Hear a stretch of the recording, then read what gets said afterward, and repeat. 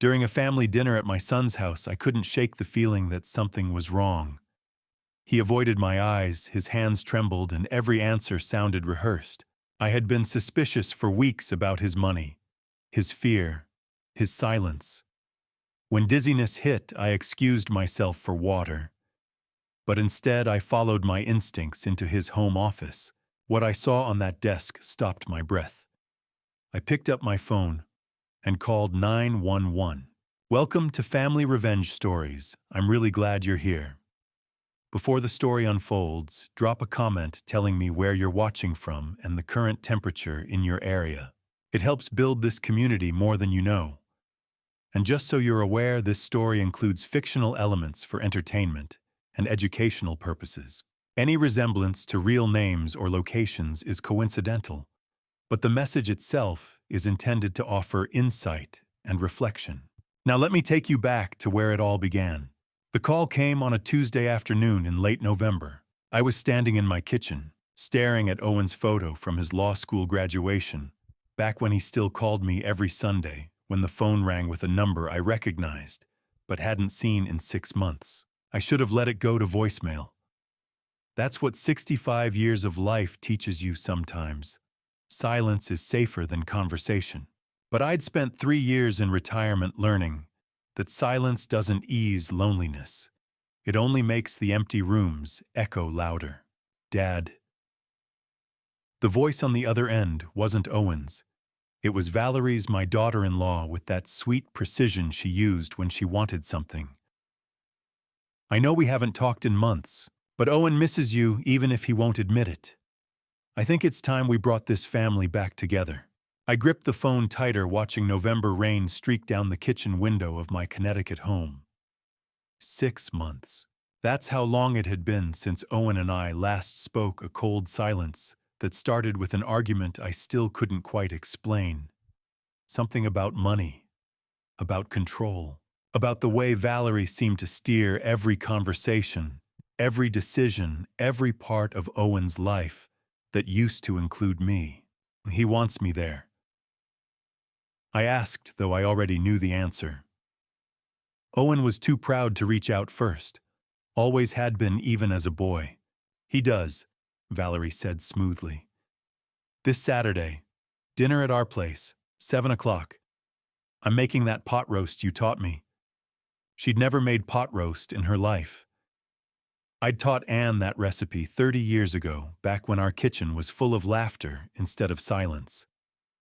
But I didn't correct her. Prosecutors learn to listen for what people don't say as much as what they do. "I don't know, Valerie. Maybe it's too soon. Simon." Her voice dropped, losing some of that sugar-coated warmth. "Owen is your only son. Anne would have wanted you two to work this out. You know she would." The mention of Anne hit exactly where she intended. My wife had died 6 years ago in 2019, and she'd spent her final months worrying about the growing distance between Owen and me. I'd promised her I'd fix it. I just hadn't figured out how. I looked back at Owen's graduation photo. 24 years old in that picture, grinning in his cap and gown, his arm around my shoulders. That version of my son still existed somewhere beneath the expensive suits and the defensive walls he'd built. "Didn't he?" "Okay," I heard myself say. Saturday, 7 o'clock. Wonderful. The warmth returned to Valerie's voice like someone had flipped a switch. "We're so looking forward to it, Simon. It'll be just like old times." But as I hung up and set the phone on the counter, my prosecutor's instinct, the one that never fully retires, whispered a warning I couldn't quite name. Old times. We'd never had old times with Valerie. She and Owen had been married 7 years, and I could count on one hand the number of real conversations we'd had. She was always pleasant, always appropriate. But something about her reminded me of the witnesses I used to prep for trial, people who'd rehearsed their lines so many times they forgot what the truth looked like. I poured myself a cup of coffee and sat at the kitchen table, the same one where Anne and I used to plan our days, where Owen used to do his homework, where our family used to feel like something solid and real. Now it was just me and the silence and a phone call that felt less like an olive branch and more like an opening move in a game I didn't understand. 4 days. I had 4 days until Saturday. 4 days before I walked into that house and discovered something that would force me to choose between my son's freedom and the truth. I spent those 4 days doing what retired prosecutors do.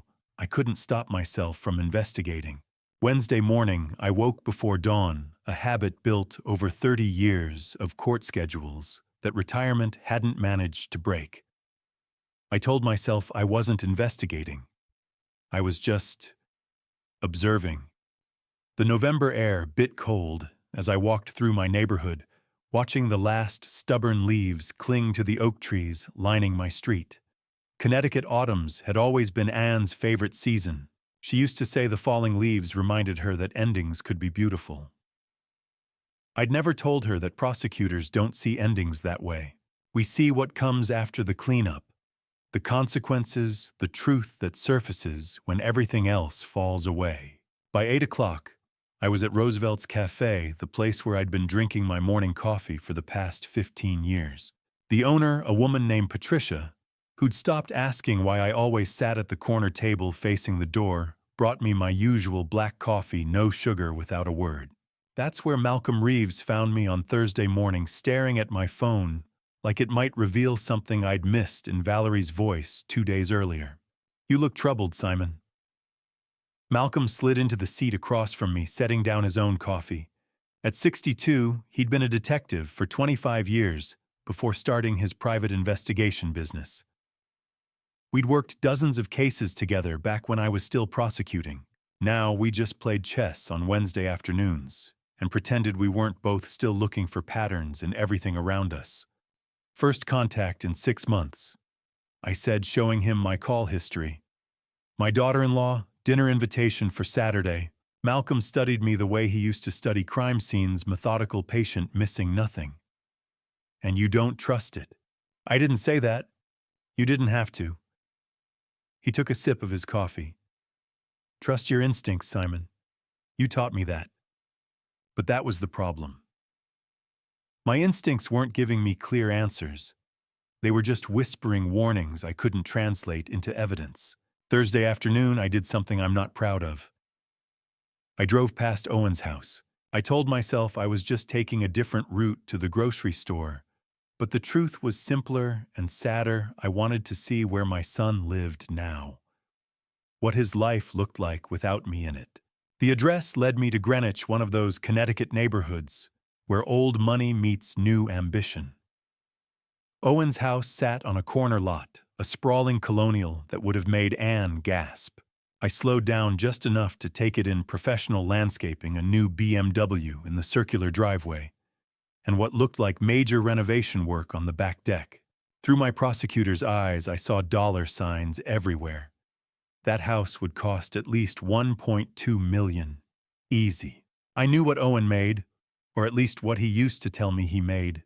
Corporate lawyers at mid-level firms in Connecticut pulled maybe $180 a year. Good money, solid money, but not this kind of money. The mortgage alone would run over $8,000 a month, and that was before property taxes, the cars, the lifestyle that came with an address like this. I drove around the block, twice my mind, doing calculations that felt uncomfortably familiar.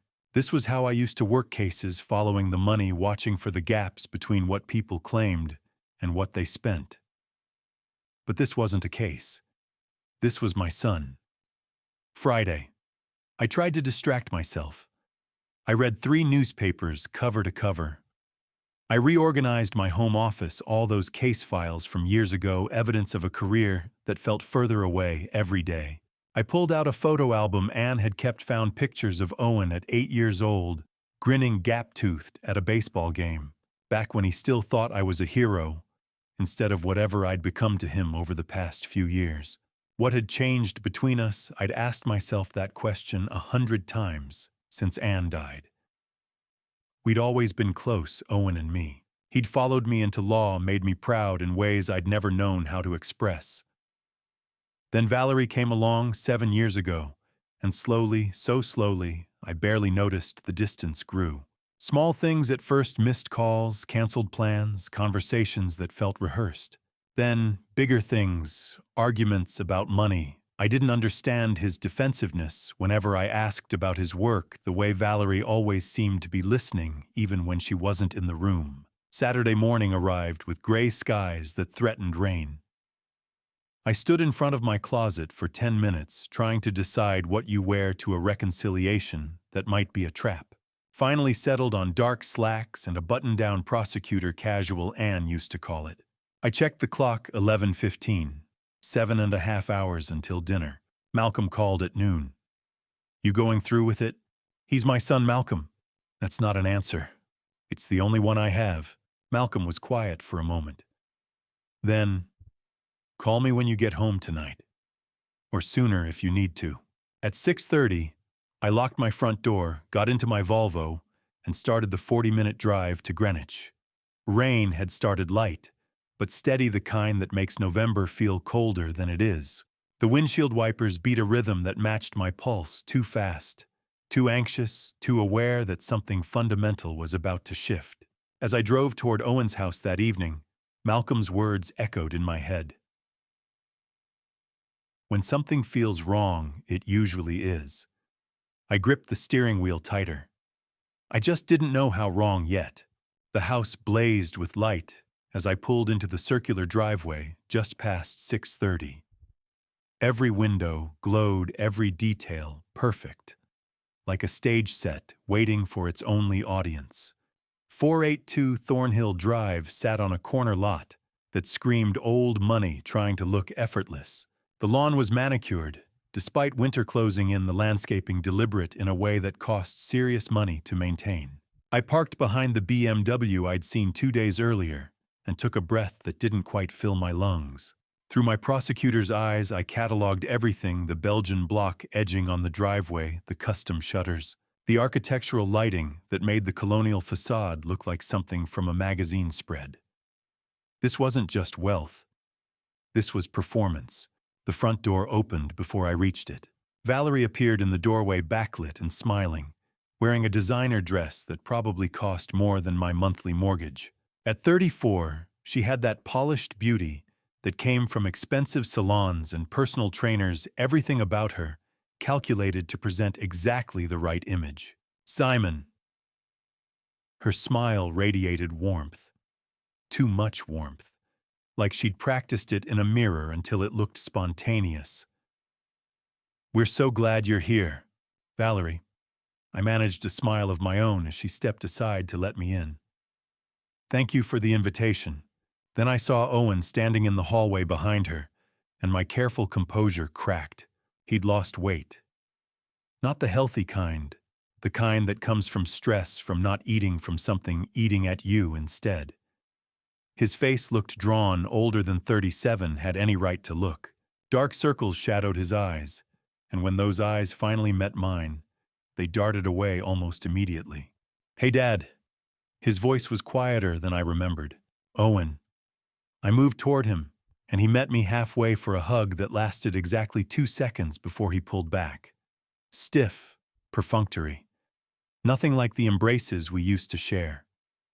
Let me take your coat, Valerie said, already reaching. And then I'll give you the grand tour. I want you to see what we've built here. What we've built. The phrase stuck in my prosecutor's mind like evidence that didn't quite fit the timeline.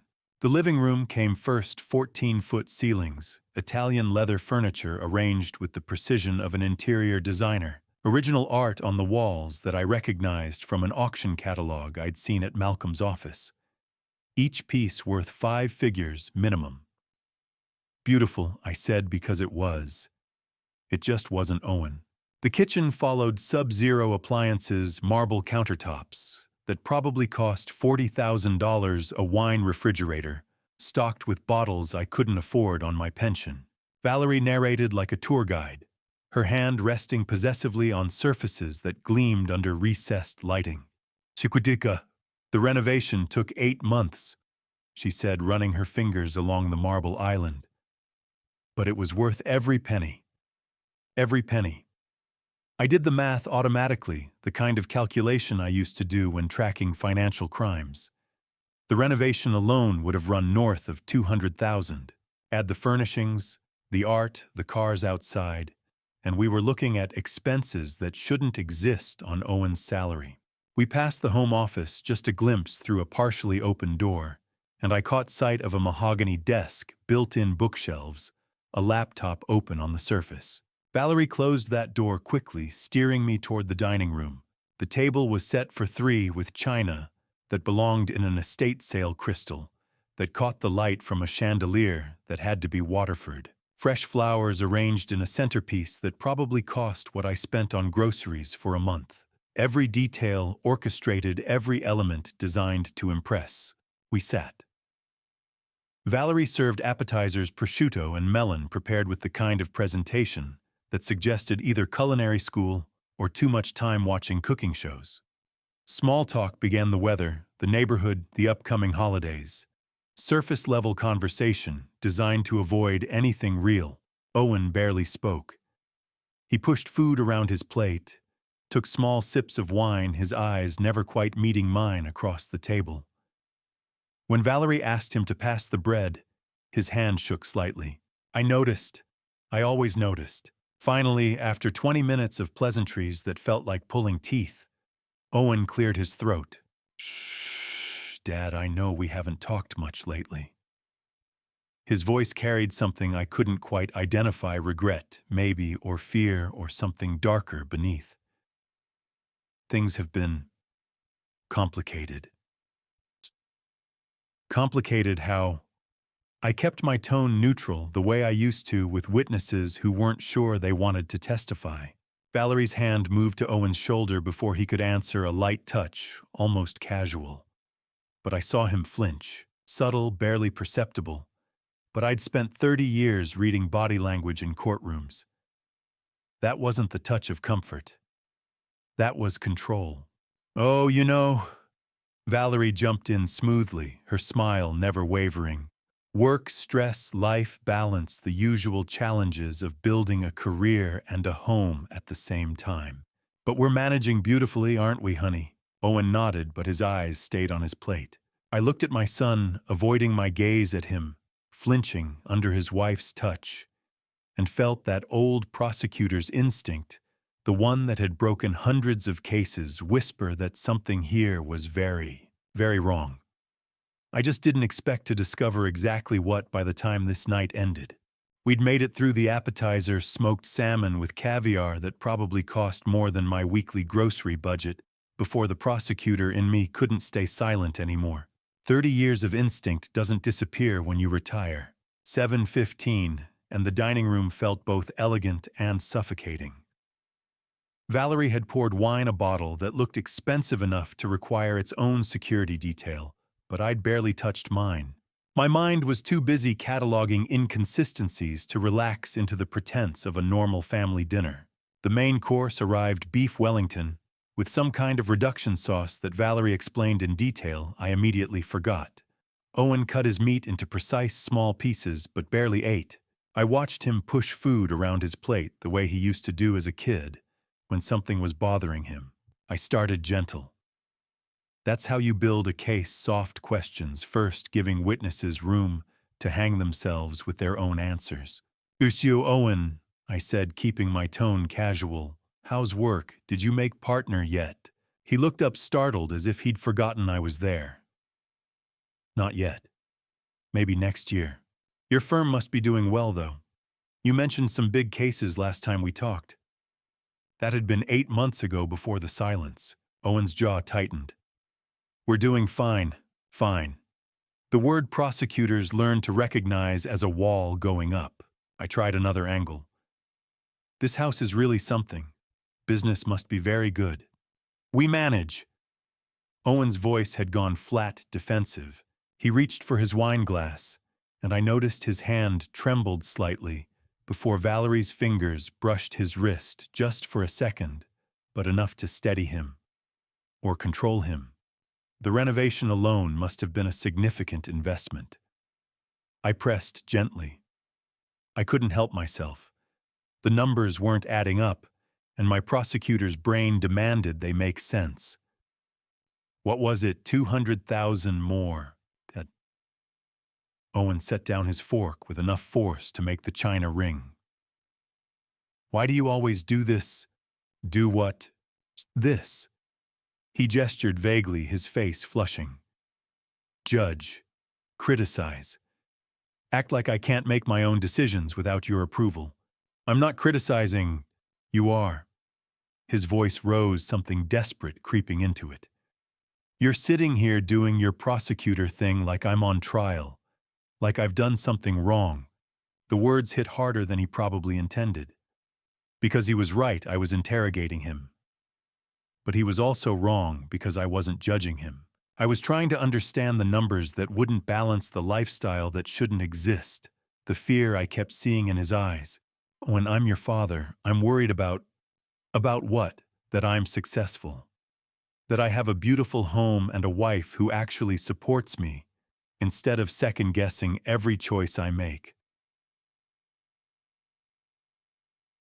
Valerie's hand moved to his shoulder, and this time the touch lasted longer. Sweetheart, she said softly, but there was steel underneath the sweetness. Let's not do this. Not tonight. Then she turned to me, her smile back in place like she'd flipped a switch. Simon, you look pale. Are you feeling all right? Maybe you should take a moment. The bathroom is upstairs, second door on the left. It was a deflection, obvious and calculated, but I also recognized the truth in what she was offering. I needed a minute away from this table, away from whatever dynamic I'd just walked into that felt more like quicksand than family dinner. I'm fine, I started to say, but Owen looked so confused, so lost, like he wasn't entirely sure why he'd gotten defensive in the first place.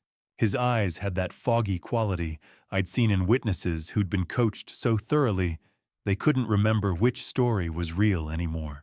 Something was very wrong here. Not just the money. Something deeper. Actually, I said, standing.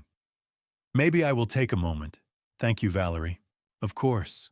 Her smile widened. Take your time. We'll wait for dessert. Owen didn't look at me as I left the table. He just stared at his plate, his wife's hand still resting on his shoulder, like an anchor or a chain, I couldn't tell which. I climbed the stairs slowly, my chest tight with tension I hadn't realized I'd been holding. Second door on the left, Valerie had said. But when I reached the top of the stairs, I saw another door, slightly ajar, soft light, spilling from what looked like an office. The same office Valerie had hurried past during the tour downstairs. Something pulled me toward it. Maybe instinct, maybe fate, or maybe just a prosecutor's inability to ignore evidence that doesn't fit the story he's been told. I should have gone to the bathroom. Should have taken my moment, composed myself, and returned to finish a dinner that was already fractured beyond repair. Instead, I turned toward that open door, and in doing so, I set into motion a series of events that would tear my family apart and force me to choose between my son's freedom and the truth I'd spent 30 years defending. I took a wrong turn at the top of the stairs. Or maybe it was the right turn, depending on how you measure the cost of truth. The bathroom was supposed to be the second door on the left. But the first door on the left stood open, light spilling into the hallway like an invitation I hadn't asked for. I told myself I was just checking to make sure everything was all right. Old habit from 30 years of walking through crime scenes, making sure doors that should be closed were closed, that details that seemed wrong actually were wrong. The office. I stepped inside, and the prosecutor in me cataloged everything before I could stop myself. Mahogany desk that probably cost $15,000. Floor-to-ceiling shelves lined with law books, some I recognized from my own career, others newer corporate law texts. A leather chair, the kind that screams success. Everything arranged to project competence and prosperity. And there, spread across the desk, were documents, not hidden, not locked away in drawers or filing cabinets. Just there, laid out like someone had been reviewing them and gotten interrupted, or like someone had left them there deliberately, knowing exactly who might find them. I shouldn't have looked closer. Should have backed out of that room, gone to the bathroom like I'd been told, and returned downstairs to finish a dinner that was already beyond salvaging. But I'm a prosecutor. Was a prosecutor. And prosecutors don't walk away from evidence. I moved to the desk, telling myself I was just glancing, not prying. The lie lasted about 5 seconds. The first document I saw was a wire transfer authorization. My eyes, trained to scan legal documents the way other people scan newspapers, caught the key details immediately. $850,000. Owen's signature at the bottom, clean, confident, identical to the signature I'd seen on birthday cards and legal briefs for years. But it was the recipient that made my blood run cold. Meridian Holdings, LLC. I'd never heard of it. And I'd spent 3 decades tracking financial crimes sophisticated enough to require shell companies and offshore accounts. I knew what I was looking at. My hands moved without my permission, shuffling through the other papers. Each one worse than the last. More wire transfers. Different amounts, different dates, but always to the same handful of companies, Meridian Holdings.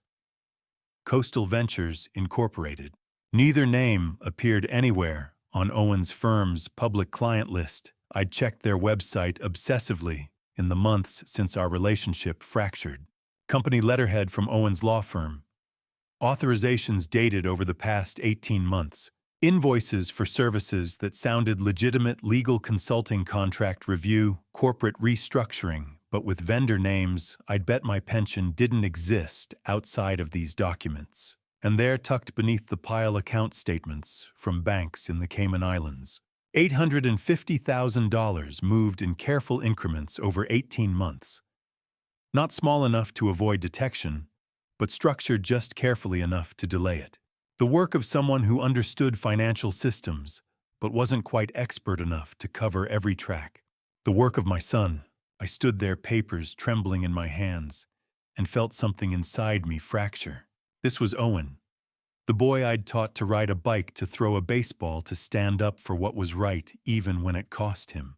The young man who'd followed me into law because he believed we both believed in justice, in truth, in the system that was supposed to protect people from exactly this kind of crime. I remembered teaching him about honesty when he was 8 years old, after he'd lied about breaking Anne's favorite vase. I'd sat him down and explained that lies have consequences, that truth is the foundation everything else is built on. He'd cried and apologized and never lied to me again. Or so I'd thought. How had I missed this? How had I been so blind to what was happening right in front of me? 6 months of silence. And I'd told myself it was just distance, just the natural evolution of a relationship as a child became an adult. I'd been so focused on feeling rejected that I'd missed the real story. But even as grief threatened to overwhelm me, the prosecutor in my brain kept working, kept analyzing, kept building the case I didn't want to build. Evidence doesn't lie. Signatures can be forged, but these looked genuine. Dates and amounts matched. Paper trails led exactly where they appeared to lead. Everything I'd spent 30 years learning to recognize as proof of guilt was right here in my hands. 30 seconds of paralysis. 30 seconds where I stood frozen, caught between being Simon the father and Simon the prosecutor, knowing I couldn't be both anymore. Then my hands moved, trembling so badly I almost dropped my phone. I took it out of my pocket and started photographing. Every document. Every page. Wire transfers, invoices, account statements, signatures. The flash seemed too bright in the dim office, each click of the shutter loud enough to wake the dead. My heart hammered against my ribs. What was I doing? This was my son. This was evidence that would destroy him, destroy our family, destroy whatever fragile hope I'd had of reconciliation. But I kept photographing because that's what prosecutors do. We document, we preserve evidence, we build cases even when every cell in our body screams to walk away. I'm doing my job, I whispered to the empty room. Even when it destroys me. I heard footsteps on the stairs. My hands jerked, nearly dropping the phone. I shoved it back into my pocket, forced the documents back into the arrangement I'd found them in. Not perfect, but close enough. My heart was pounding so hard I could feel it in my throat.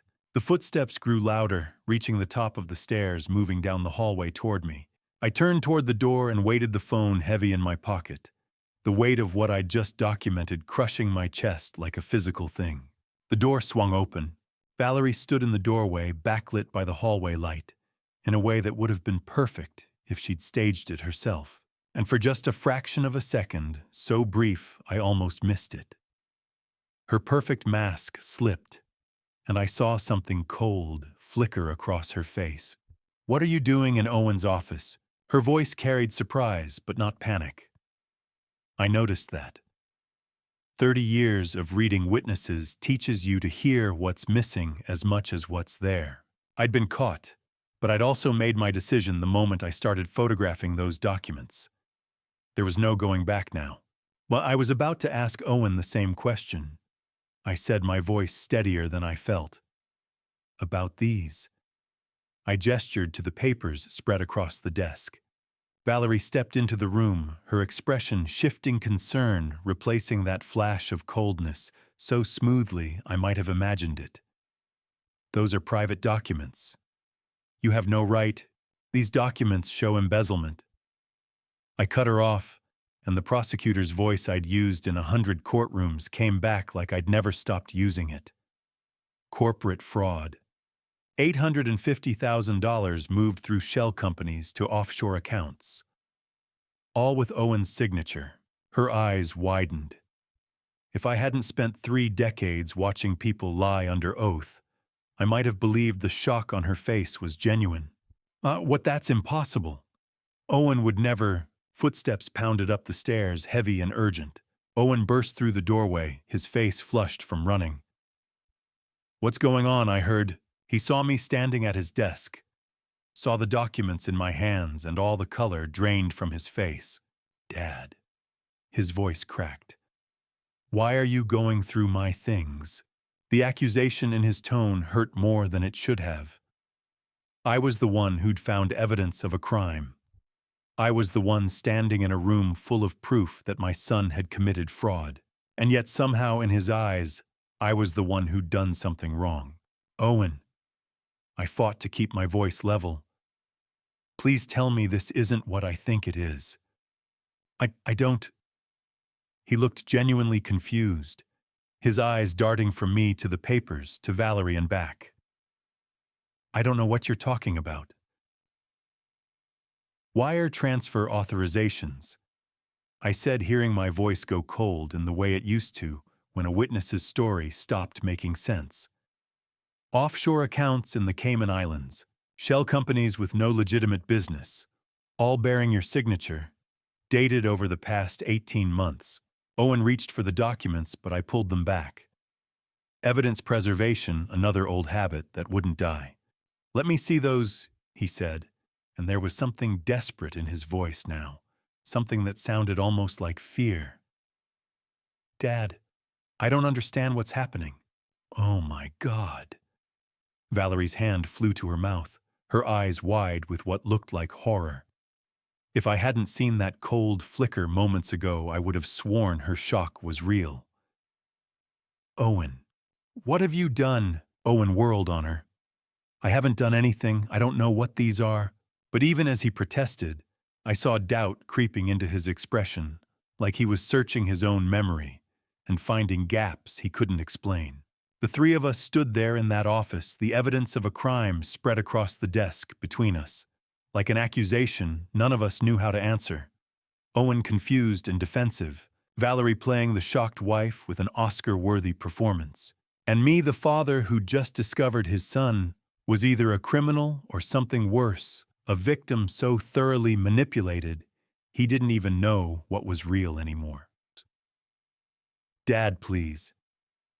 Owen's voice broke, and I heard the little boy in it, the one who used to come to me when he was scared, when he needed help, when he believed I could fix anything. "We can work this out. Whatever you think is happening, we can explain. Just don't." I pulled out my phone. "Dad, no." Owen lunged forward, but Valerie's hand on his arm stopped him. "Think about what you're doing." But I had thought about it. I'd thought about it in the 30 seconds I stood frozen in this office holding evidence that would destroy my son. I'd thought about it while photographing documents with shaking hands. I'd thought about every case I'd ever prosecuted, every time I'd stood in front of a judge and jury and sworn to uphold the law regardless of who it hurt. The truth matters, evidence matters, justice matters. Even when it destroys you. I dialed 911. This is Simon Brennan. I said, my voice mechanical, distant, like it belonged to someone else. I want to report corporate embezzlement. Dad, please. Owen's voice cracked completely. Don't do this. The dispatcher asked for details. I gave them the address, my son's address. The house at 482 Thornhill Drive, where I'd celebrated holidays, where we'd tried to rebuild something that had already been broken by forces I was only beginning to understand. $850,000, I heard myself say. Moved through shell companies over 18 months. The evidence is here. All of it. Owen stood frozen, his face white, his mouth moving, but no sound coming out. And behind him, Valerie's hand rested on his shoulder, steady, possessive, controlling. Her eyes met mine over his head, cold, calculated. And something else I couldn't name yet. Something that looked almost like triumph. "Officers are on their way," the dispatcher said in my ear. I lowered the phone. "They're coming." Owen's whisper was barely audible. How could you do this? I didn't have an answer. Not one that would make sense to him, standing there in the wreckage of his life with a wife whose mask had slipped just long enough for me to see what lay beneath. The sirens came faster than I expected, barely 15 minutes. Turns out justice doesn't wait for your heart to stop breaking. 8:15, and the quiet perfection of Thornhill Drive shattered under flashing red and blue lights. 2 patrol cars pulled into the circular driveway, their lights painting the colonial facade in colors that didn't belong in neighborhoods like this. 4 officers emerged, their expressions professional and unreadable. I met them at the door before they could knock. Mr. Brennan. The lead officer was a woman in her 40s, her nameplate reading Jenkins. You called in a report of corporate embezzlement? Yes. My voice sounded steadier than I felt. That's my son. The evidence is in the home office upstairs. I handed her my phone, the screen still showing the last photo I'd taken, a wire transfer authorization for $200,000, Owen's signature clear at the bottom. Officer Jenkins scrolled through the images, her expression never changing. Professional detachment, I'd seen it on my own face 1,000 times in courtrooms. And the original documents? Oh, upstairs. Office at the top of the stairs, first door on the left. She gestured to 2 of the officers who moved past me into the house. I heard Valerie's sharp intake of breath from the living room, but didn't turn to look. Couldn't look. Not yet. Mr. Brennan. Jenkins said quietly, I need to confirm you understand we'll be investigating your son based on this report. I understand. 2 words that cost more than anything I'd ever said in my life. The officers returned after 5 minutes that felt like hours. One of them nodded to Jenkins. Documents match the photos. Wire transfers, offshore accounts, shell company registrations, all bearing the same signature. Owen stood in the living room, where I'd left him, his face the color of old paper. He wasn't looking at me anymore, just staring at some point in the middle distance, like if he focused hard enough, this might all disappear. I can't believe you're doing this, he said, his voice hollow.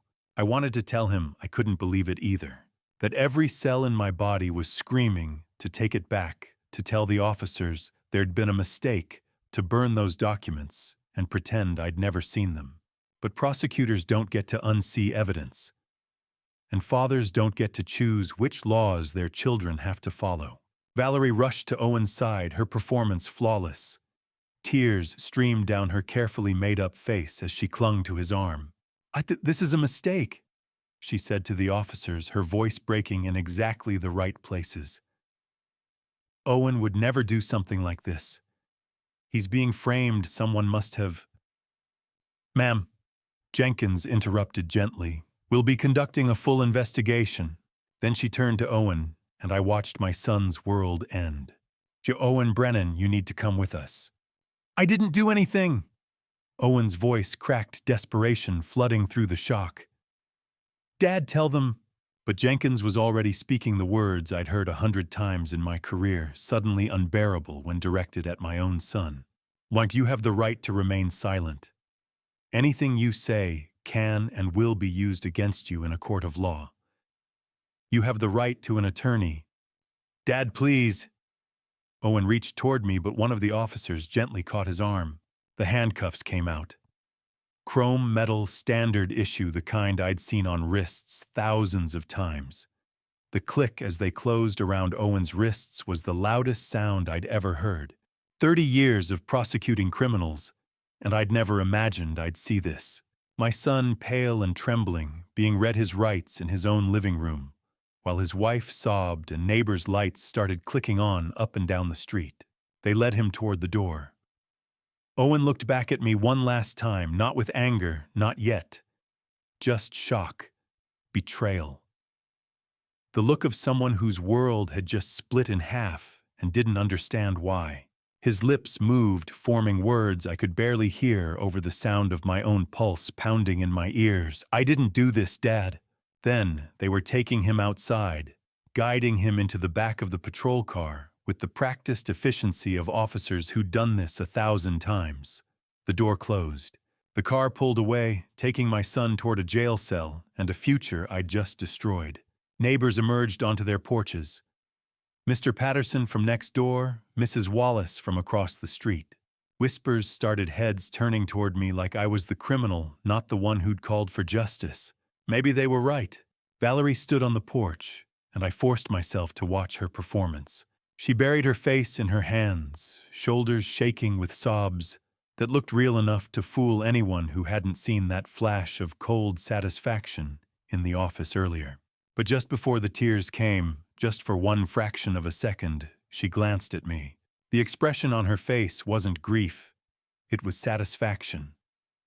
Cold, calculated, triumphant. So quick I almost convinced myself I'd imagined it. Then the mask was back, and she was the devastated wife again, destroyed by her husband's arrest and her father-in-law's betrayal. She turned and walked back into the house. The door closed behind her with a soft but final click, a sound like a cell door locking echoing in my chest where my heart used to be. Sunday passed in silence. I sat in my house, phone turned off, staring at nothing. Until Monday morning, when the silence shattered. I'd spent that first day alone, Sunday, December 1st, unable to eat, unable to sleep, obsessively scrolling through the photos on my phone. The wire transfers, the signatures, the offshore accounts, every detail burned into my memory like evidence I couldn't unsee. But something kept nagging at me. A question I couldn't quite articulate: could Owen really have been this careless? Monday morning answered a different question, whether my decision would stay private. The answer was no. The headlines hit before breakfast. I made the mistake of turning my phone back on and watching it explode with notifications. Legendary prosecutor's son arrested for embezzlement. Simon Brennan turns an own son for corporate fraud. Family loyalty versus justice, former DA's impossible choice. My name appeared more than Owen's in every article. Not because of what he'd allegedly done, but because of what I'd done, called the police on my own child. The story wasn't about corporate crime, it was about me. Simon Brennan, who prosecuted over 300 cases during his 28-year career, made the devastating choice to report his son Owen to authorities Saturday evening. Sources say Brennan discovered evidence of embezzlement totaling $850,000. The phone started ringing. Old colleagues, former adversaries, people I hadn't spoken to in years, suddenly desperate to weigh in on the most painful decision of my life. District Attorney Sarah Morgan called first. "Simon, I heard. I'm so sorry. If you need anything..." "I'm fine," I lied. Bill Martinez, who'd worked with me for 15 years before I retired, didn't mince words. "You did what you had to do. That's who you are." But others didn't call. Their silence spoke louder than any words of support.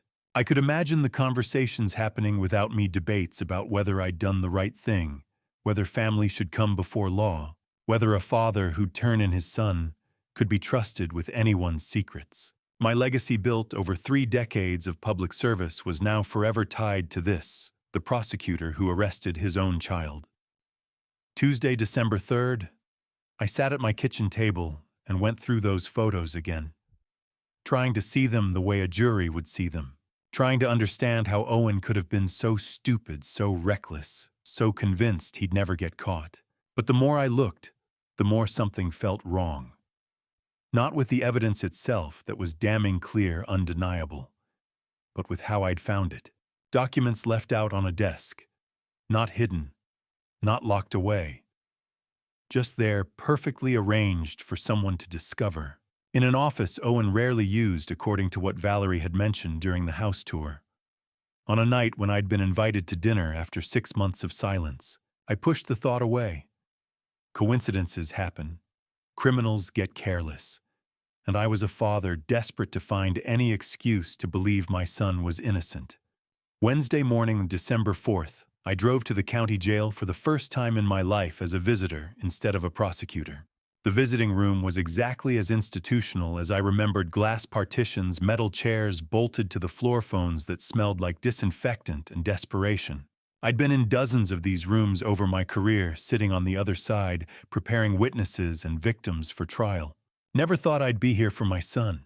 They let Owen in, and my heart cracked all over again. 4 days. He'd only been in custody for 4 days, and he looked like he'd aged 4 years. Thinner. How was that even possible in less than a week? With dark circles under his eyes that hadn't been there Saturday night. His hands shook as he picked up the phone on his side of the glass. Dad. Just that one word, and I heard everything he couldn't say. Betrayal.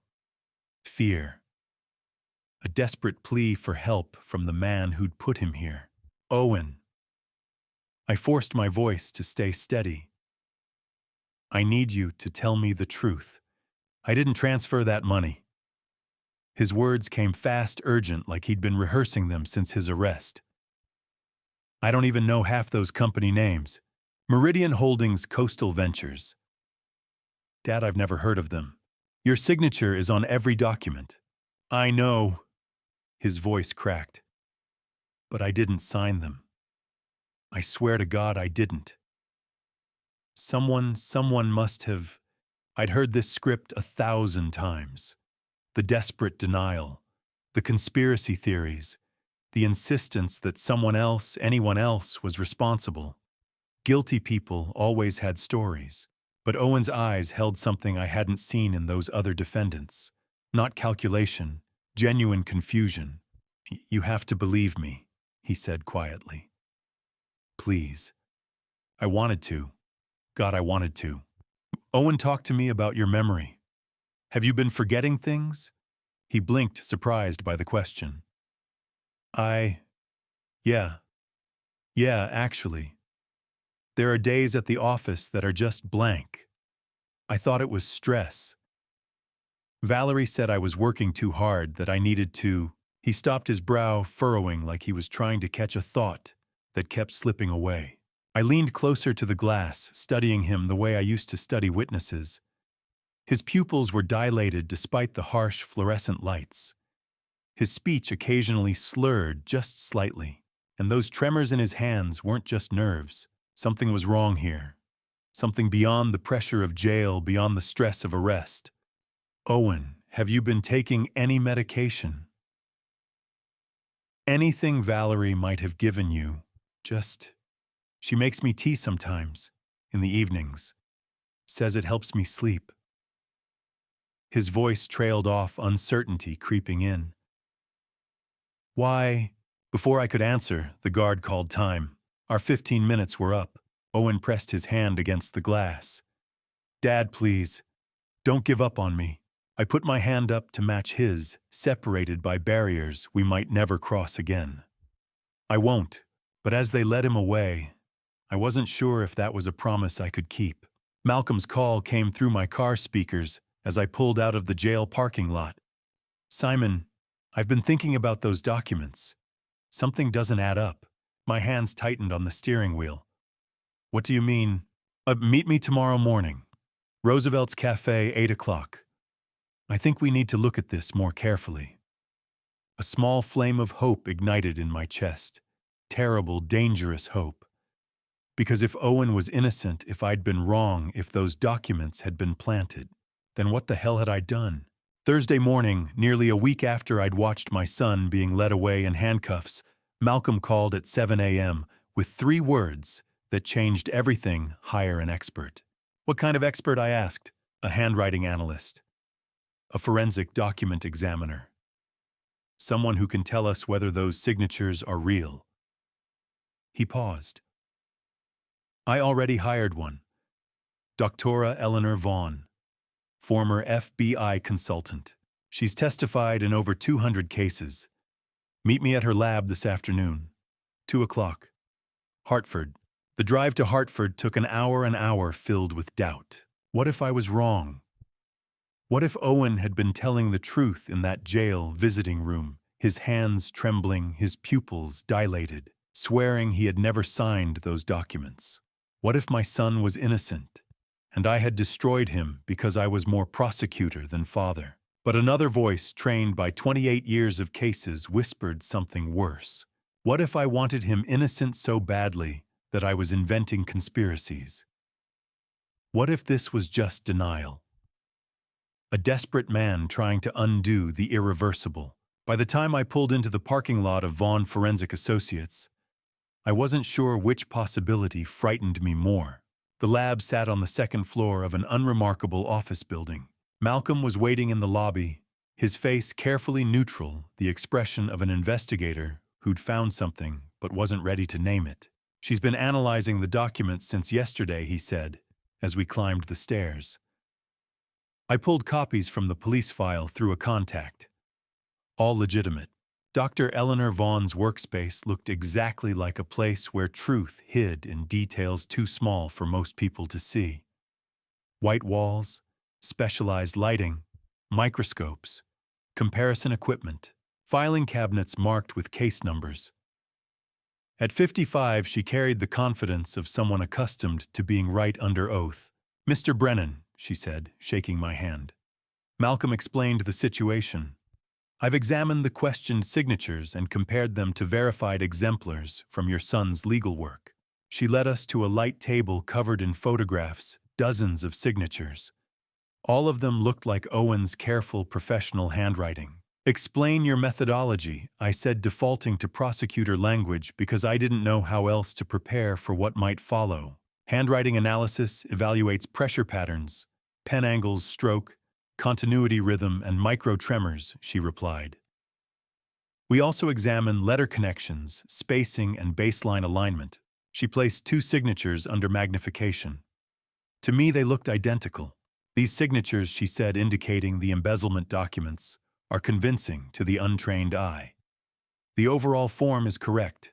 The flow is similar. Whoever created them studied your son's signature extensively, likely for months. My pulse quickened. But look closer. She adjusted the lens. The pressure on the downstroke of the B is unnaturally uniform. A genuine signature varies pressure subconsciously. This one does not. She moved to another comparison. Here, see this slight hesitation at the curve. Your son's authentic signatures move through curves confidently. These pause for a fraction of a second. That's the hesitation of copying, not writing. Malcolm leaned in. Show him the baseline. Dr. Vaughn placed a ruler beneath several signatures. The baseline angle is off by 0.7 degrees. It's consistent across all the questioned documents, but different from your son's known signatures. Motor memory is extremely difficult to fake. My hands tightened on the table. The room felt too bright. So these signatures, I began, are forgeries, she said calmly. Highly skilled ones, created by someone with extensive access to authentic samples. But they are unequivocally not written by Owen Brennan. The world tilted. My son was innocent. I had reported my innocent child. watched him be arrested, allowed him to spend a week in jail while his reputation collapsed, and the media destroyed his name.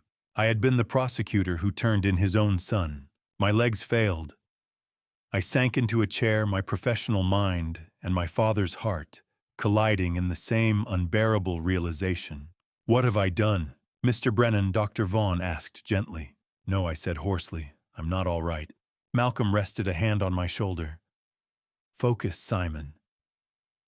This proves Owen was framed, which means someone had constant access to his signature, someone who could study and practice it. Daily access," Dr. Vaughn added. "Time, privacy, and familiarity." Malcolm looked at me. Who fits that profile? My thoughts raced. Colleagues, staff assistants. Then I remembered Valerie's hand on Owen's shoulder at dinner. The way he flinched. Her composed grief. The tea she insisted he drink, the one that left him confused, unfocused. The documents displayed too neatly on his desk. "His wife," I said quietly. "Valerie." Malcolm nodded once. He'd already known. "She had everything," I continued. "His office access, his passwords, 7 years of exposure to his signature. Time to practice, time to perfect it." But why, Malcolm asked. I didn't know yet, but I was going to find out. Tuesday afternoon, 10 days after Owen's arrest, I returned to the county jail.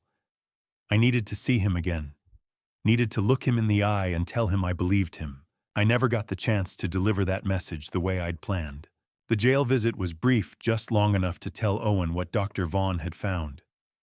That the signatures were forged. That someone had framed him. That I knew he was innocent. For the first time in 10 days, I saw something besides despair in my son's eyes. "You believe me?" His voice cracked through the phone, his hand pressed against the glass partition, like he could reach through it if he just tried hard enough. "I should have believed you from the start." The words cost me everything to say, but they were true. "I'm going to fix this, Owen. I'm going to find out who did this to you." His eyes filled with tears he wouldn't let fall. Not here, not where other inmates could see. But I saw them. And I saw hope, fragile, desperate hope, that maybe his nightmare was finally going to end. The guard called time. Owen mouthed, "Thank you," as they led him away. I walked out of that visiting room, feeling lighter than I had in days, like maybe I could actually make this right. Like maybe being a prosecutor and being a father didn't have to be mutually exclusive after all. The parking garage was on level 3. Late afternoon on a Tuesday meant it was nearly empty. Visiting hours had ended for most people, and the shift change for jail staff wouldn't happen for another hour. My Honda Civic sat in the far corner where I'd left it under a flickering fluorescent light that cast uneven shadows across the concrete. I was halfway to my car when I noticed how quiet it was. Too quiet. Just the echo of my own footsteps on the concrete floor, the distant hum of traffic from the street below, and nothing else. No other cars starting, no voices, no footsteps but mine.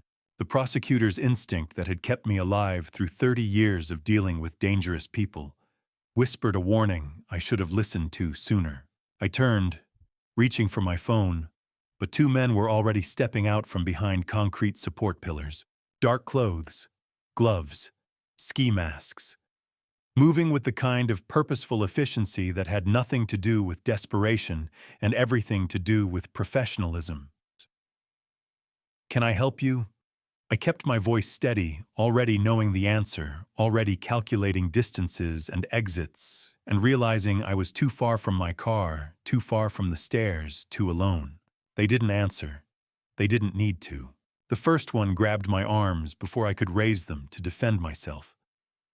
I tried to break free, opened my mouth to shout, but the second attacker was already moving. Pain exploded across my ribs, a sensation so sharp and total that for a moment I forgot how to breathe. I'd been hit before back in my younger days, when prosecutors sometimes had to break up courtroom fights. This was different. This was someone who knew exactly where and how to hit to cause maximum damage. I tried to fight back. 40 years ago, I'd been an athlete, baseball, track, enough gym time to stay in shape. But I was 65 now, and these men were professionals. Another strike, this one to my kidney. Everything swam my vision, going dark at the edges. My knees gave out. I fell, and my head hit the concrete floor with a crack that sounded louder than it probably was. Sharp pain, then nothing. When I came back to consciousness, seconds later, minutes, paramedic Jackson was kneeling beside me, shining a light in my eyes and asking me questions I couldn't quite process. Officer Jenkins stood nearby, radio crackling on her shoulder, taking notes. "Mr. Brennan, can you hear me?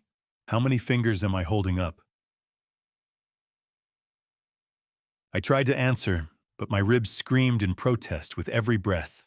My wallet was still in my back pocket. My phone lay a few feet away, screen cracked but intact. My watch was still on my wrist. Just a random mugging. Jenkins was saying to someone, another officer maybe, or dispatch. "Wrong place, wrong time. We get these in this garage sometimes. Probably looking for drug money." "No." My voice came out hoarse. "They weren't addicts. They were professionals." Jenkins looked down at me, her expression carefully neutral. "We'll check the security cameras, Mr. Brennan. Try not to move too much." The ambulance ride blurred into a series of cold assessments and clinical language. 3 broken ribs, mild concussion, bruised kidney.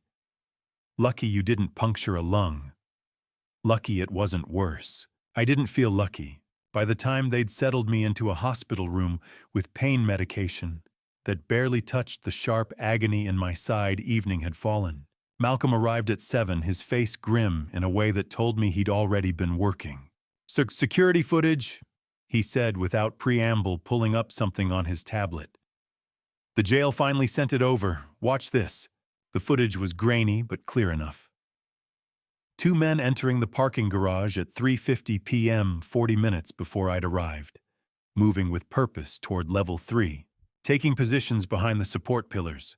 Then other people, a woman with 2 children leaving, an elderly man, a young couple.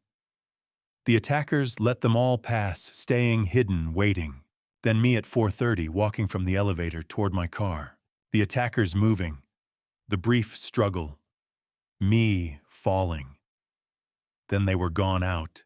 The stairwell disappeared into the city. The whole thing lasted less than 90 seconds. "They were waiting for you," Malcolm said quietly, his detective's face set in hard lines. This wasn't random. I shifted in the hospital bed, and my ribs screamed in protest. "She knows." Malcolm didn't need to ask who I meant. "See, Valerie knows you're investigating her. And she just sent you a very clear message." He set the tablet down on the side table, his expression dangerous. "Back off, or next time will be worse." Day 2. In the hospital. Thursday morning, I woke to find Malcolm sitting in the chair beside my bed, laptop open, his face wearing an expression I'd learned to recognize over years of working together. He'd found something, and it was bad. Before I reveal the truth about who was really behind all of this, please pause for a moment. What comes next truly shocked me, not because of what I discovered, but because of who was responsible. If you've ever experienced being betrayed or manipulated by someone close to you without realizing it, please share your story in the comments. I will listen and read every single one. And please note, the next part of this story includes some fictional elements created for storytelling and reflection. If this kind of content isn't for you, you're free to stop the video here. That morning, I said, trying to sit up. My ribs screamed in protest, reminding me that pain medication only does so much. "You look like you didn't sleep." I didn't. Malcolm turned the laptop so I could see the screen. I ran a deep background check on Valerie Thompson, the kind that goes beyond what's publicly available. And Valerie Thompson didn't exist before 7 years ago. I blinked, trying to process that through the fog of medication and pain. "What do you mean she didn't exist?" "I mean her birth certificate, her social security number, her employment history, Everything that makes a person legally real either doesn't exist or only dates back to 2018. She's a ghost, a construct. Someone built that identity from scratch. The room felt colder suddenly. So who is she really? Malcolm pulled up a file, and a different name appeared on the screen, Kendra Grayson. So born Kendra Marie Grayson, 1991, Philadelphia, and Simon, her father, was Douglas Grayson. The name hit me like a physical blow. Grayson. That name sounds familiar. It should. Malcolm's fingers flew over the keyboard, pulling up archived news articles. Headlines from 2010 filled the screen. Douglas Grayson, businessman, securities fraud. He defrauded investors of $3 million through a Ponzi scheme disguised as a legitimate investment firm. The articles showed courtroom sketches, a photograph of a man in his 40s being led away in handcuffs, protest signs from victims demanding justice. It was the kind of high-profile white-collar crime case that dominated news cycles for weeks. How he was convicted, Malcolm continued. Sentenced to 15 years in federal prison, media circus, victims testifying, the whole thing. I remember the case, I said slowly. But I didn't prosecute it. I was in organized crime back then. White-collar fraud wasn't my division. I know. Malcolm's expression stayed grim. But here's where it gets worse. 3 years into his sentence, Douglas Grayson committed suicide, hanged himself in his cell. The clinical words didn't soften the horror of what he was describing. A man driven to such desperation that death seemed preferable to 13 more years behind bars. He left behind an 8-year-old daughter. Malcolm said quietly. Kendra. Her mother had already passed away cancer 2 years before the trial. After Douglas died, Kendra was raised by her paternal grandmother, Dorothy Grayson, who also died in 2013, just a few months after Douglas. Cancer as well. I stared at the screen, at the tragedy that had shaped a child's entire life. Parents dead. Father's reputation destroyed. Raised by a grandmother who died grieving for her son. And somewhere in all of that, an 8-year-old girl had learned to hate. Show me the trial coverage, I said. Malcolm pulled up more articles. Newspapers from 2010. Archived television news clips available online. Every major outlet had covered the Grayson trial. Because of the amount of money involved, the number of victims, the spectacle of a respected businessman revealed as a fraud. And in every single article there was a photograph of me, standing at a podium, walking up courthouse steps, in front of the district attorney's office logo. My face younger, less gray, but unmistakably mine, staring out from dozens of news stories about Douglas Grayson's trial and conviction. Why is my face in these articles? My voice came out hoarse. I didn't prosecute this case. Stiquia, you were famous that year, Malcolm said. You just won the Costello organized crime case, remember, the one that took down half the mob leadership in the state. Biggest conviction of your career. The media loved you. They used your photo for every story that came out of the DA's office that year, regardless of which prosecutor was actually involved. I felt sick. But I never touched the Grayson case. I know. I pulled the court records. The actual prosecutor was Bernard Lancaster, Economic Crimes Division. You two never even worked in the same building. Bernard Lancaster. I barely remembered him, a competent lawyer who'd retired years before. I did move to Florida, disappeared into the anonymous mass of retired prosecutors, whose names nobody remembers once the headlines fade. But Kendra doesn't know that, I said, understanding, crystallizing with horrible clarity. She was 8 years old, Malcolm said. Old enough to understand that her father was going to prison. Old enough to watch the news coverage, or see the newspapers, or hear adults talking about the trial. And your face was everywhere, in every article, every broadcast. The man who put criminals away, the prosecutor who never lost it. She thought I was the one who convicted her father. More than that. Malcolm pulled up another photo of me at a press conference announcing the Costello verdict. The date stamp showed it was from the same week Douglas Grayson had been sentenced. She thought you were the one who destroyed her family, who took her father away, who left her alone with a dying grandmother and no future except whatever she could build from the ashes. I stared at that photograph, a younger version of myself, confident and righteous, standing before cameras and proclaiming victory in the name of justice. I'd been proud that day. The Costello conviction had made my career, had established my reputation as a prosecutor who could take down anyone no matter how powerful. And 15 years later, that same reputation, that same face plastered across newspapers during someone else's trial, had become the foundation of a revenge plot so elaborate it had taken 7 years to execute. She married Owen to get to me. The words tasted like ash in my mouth. Malcolm nodded, his expression grave. She would have been 27 when she met him.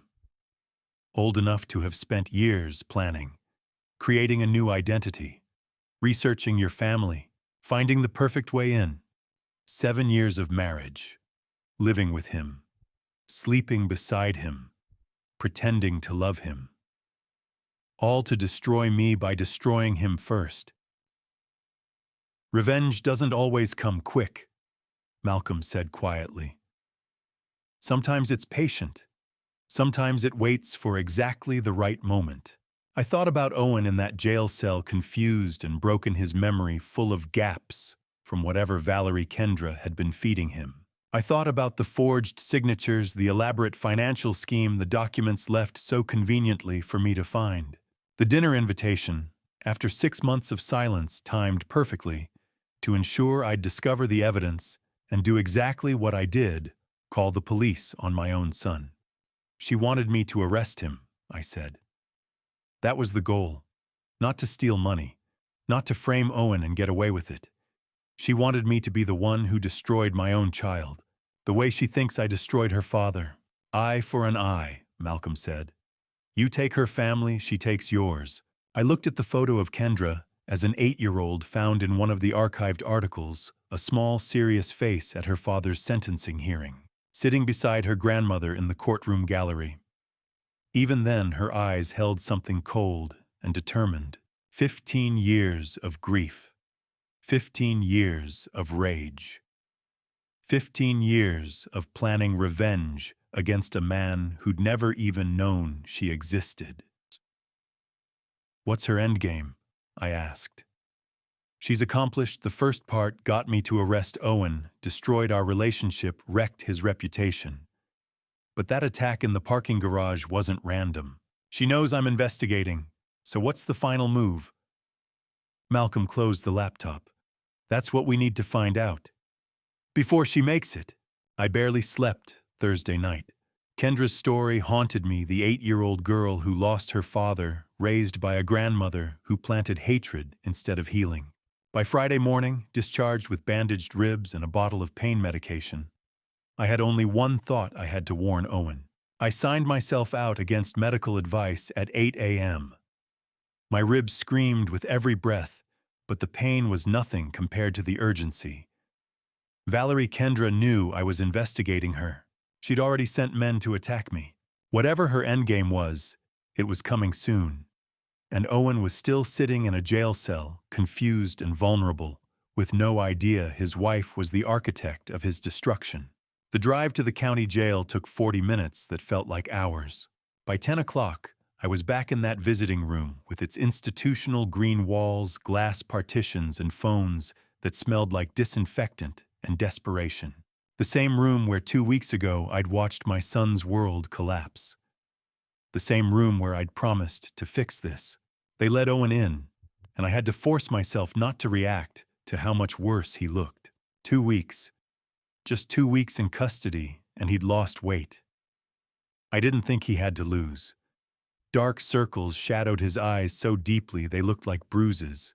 His hands shook as he reached for the phone, and when he sat down, his movements were slow, uncertain, like someone much older than 37.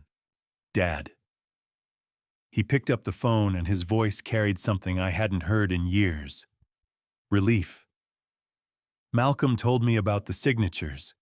You believe me. It wasn't a question. It was a statement, desperate, grateful, the words of someone who'd been drowning and finally felt solid ground beneath his feet. I should have believed you from the start. I said and meant it with every fiber of my being. Owen, there's more. Things you need to know about Valerie. His expression shifted, wariness creeping in where relief had been. What about her? Your wife isn't who she says she is. I kept my voice steady, clinical, the way I used to deliver devastating news to witnesses who didn't want to hear it. Her real name is Kendra Grayson. Her father was Douglas Grayson. Owen's face went blank with confusion. I don't understand. Who's Douglas Grayson? So I told him. The 2010 trial. The securities fraud. The suicide 3 years into a federal sentence. The 8-year-old girl who blamed me for destroying her family, even though I'd never touched her father's case. The 15 years of planning. The false identity. The marriage designed as revenge. With every word, I watched my son's face cycle through emotions. Confusion, disbelief, anger. You're making this up. Owen's voice rose defensive in the way it used to get when he was cornered as a teenager. You can't accept that I'm happy, that I chose someone you didn't approve of, so you're creating these conspiracy theories. Owen, listen to me. She framed you. She's been planning this for years. The signatures were forged. The shell companies were hers. She set you up to take the fall for a crime she committed, knowing I'd find the evidence, knowing That's insane. Owen slammed his free hand against the glass partition, and a guard took a step forward before backing off. Valerie loves me. She visits me every day. She's the only one who... He stopped. His hand went to his temple and he winced like something sharp had just pierced his skull. I leaned closer to the glass. Son, when did your memory start getting foggy? Owen hesitated, and I saw uncertainty flicker across his face. The anger was still there, but something else was creeping in. Fear. I've been so tired lately. Can't remember conversations I had the day before. Valerie says it's the stress that I'm working too hard that... What else does Valerie say? She makes me tea in the evenings. Says it helps me relax, helps me sleep. Owen's voice had gone quieter, less certain. I've been drinking it for, I don't know, months, maybe longer. My chest tightened. What kind of tea? I don't remember.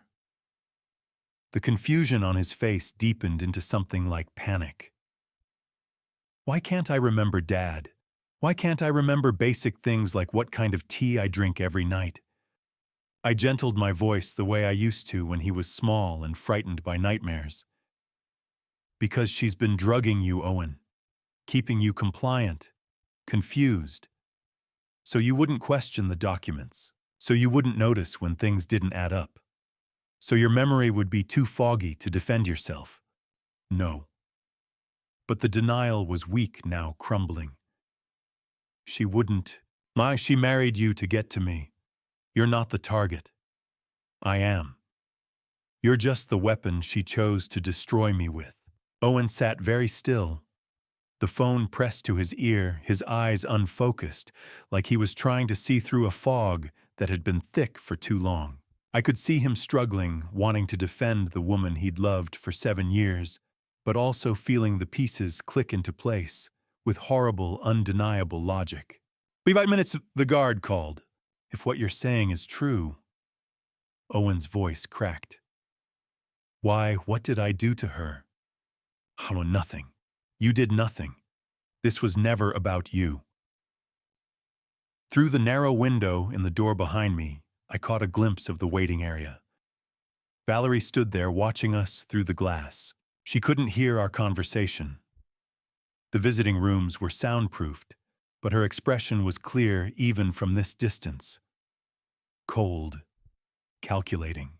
The mask she'd worn for 7 years, completely gone, now that she thought no one important was watching. Her hand reached into her purse. Something small white. A pharmacy bag. "Time's up," the guard said more firmly. Owen stood slowly, still stunned, still processing. "Dad, I don't know what to believe anymore. Believe that I'm trying to save you." I pressed my hand against the glass. "And Owen, don't eat or drink anything Valerie brings you. Nothing. Do you understand?" He nodded numbly, and they led him away.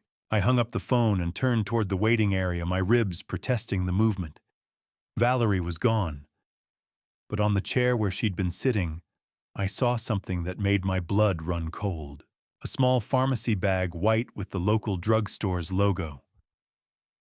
The receipt was still attached, but I was too far away to read what she'd purchased. I moved toward it every step, sending pain shooting through my side. But before I reached the chair, a cleaning worker swept through and grabbed it, probably thinking someone had left trash behind. "Wait," I started to say, but she'd already dropped it in her rolling trash bin and moved on to the next area. I stood there in the empty waiting area, my prosecutor's instinct screaming warnings I couldn't yet articulate. Whatever Valerie had just purchased from that pharmacy, it wasn't for healing. It wasn't for comfort. It was for something else entirely. And I had a terrible feeling I was running out of time to figure out what. Saturday evening, 2 days after I left the hospital, my phone rang. I almost didn't answer, still nursing broken ribs, exhausted from a week of revelations that had torn my world apart. But when I saw the name on the screen, curiosity won out. "Simon," Valerie's voice was honey-sweet. "I think we need to talk." Every instinct I'd honed over 30 years screamed danger. I said yes anyway. To clear the air, she continued, her tone perfectly calibrated to sound concerned, reasonable, like a daughter-in-law who genuinely cared. "To discuss Owen's situation like family should. A neutral location. Just you and me. No lawyers, no police, just two people who both love Owen." She suggested the Chesapeake Room, an upscale restaurant I'd been to once for a retirement dinner years ago. White tablecloths, dim lighting, the kind of place where conversations could stay private. Before I left, I called Malcolm. "You're insane," he said flatly. "She just tried to frame your son and probably tried to have you beaten to death in a parking garage, and you're going to have dinner with her." I need to hear what she says, need to understand her endgame. "Then I'm tracking your phone. And Simon, if anything feels wrong, you leave. Immediately. You understand?" I understand. By 7 o'clock, I was walking into the Chesapeake Room, my ribs protesting every step, despite the bandages wrapped tight under my shirt. Classical music played softly over hidden speakers. Candles flickered on tables set for intimate conversations. Valerie was already there, seated at a corner table with a view of the entrance. Designer dress hair, perfect, a welcoming smile that would have fooled anyone who didn't know what lay beneath. "Thank you for coming." She gestured to the seat across from her. "I know this has been difficult for everyone." I sat carefully, watching her face the way I used to watch suspects in interrogation rooms. "I think there's been a terrible misunderstanding between us." She began, her voice carrying just the right mix of sincerity and sadness. "I know you think I'm driving a wedge between you and Owen, but I promise, Simon, I only want what's best for him. He needs his father. Especially now." She signaled the waiter. "The chef's special for both of us, please, and wine, the reserve selection." The waiter poured. I didn't touch mine. Appetizers arrived, something delicate with microgreens and truffle oil. Valerie ate hers slowly, watching me over the rim of her wine glass. "How are your ribs healing?" she asked, concern perfectly layered into her voice. "They're fine." I kept my tone neutral. "Random mugging, wrong place, wrong time." "Terrible," she murmured. But her eyes held something else. Something cold. The main course came next. Pan-seared salmon with an elaborate sauce that looked like artwork on the plate. The waiter set it down with the reverence reserved for expensive cuisine. "Just try it," Valerie urged, her smile brightening. I specifically requested the chef prepare this for you. I picked up my fork, cut a piece of the salmon, brought it toward my mouth, and paused. The smell hit me first, something underneath the butter and herbs. Chemical.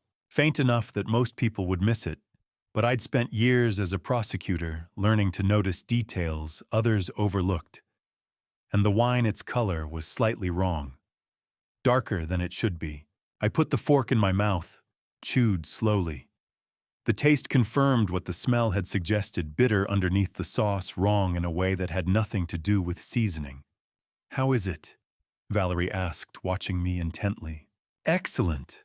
I brought my napkin to my lips, discreetly spitting the food into the fabric while pretending to wipe my mouth. I pushed the plate away.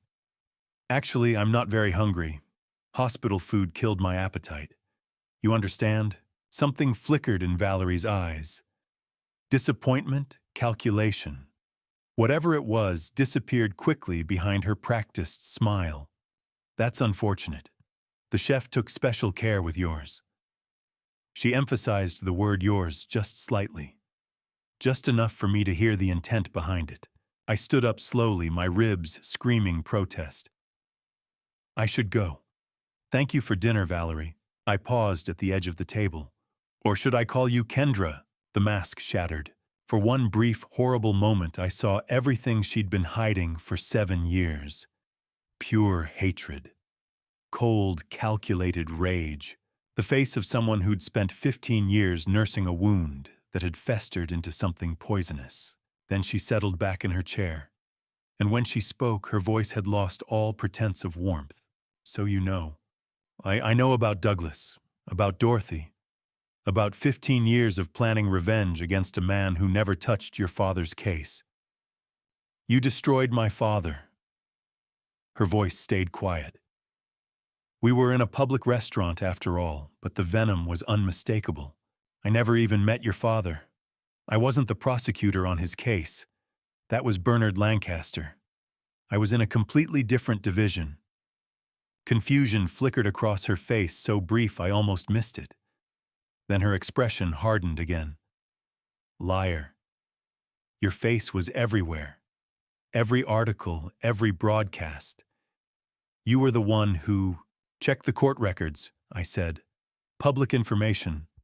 Bernard Lancaster prosecuted Douglas Grayson. Not me. You have the wrong man, Kendra. You've had the wrong man for 15 years. I started backing toward the exit, keeping my eyes on her. "We'll talk about this. With lawyers. With the court. But I'm done with your games." I turned and walked out, every nerve screaming at me to move faster, but my ribs wouldn't allow it. I made it to my car, hands shaking as I fumbled with the locks. The moment the doors closed, I called Malcolm. "Get police to that restaurant. Tell them to secure the food on table 7 and the wine. Don't let them clear anything." What happened?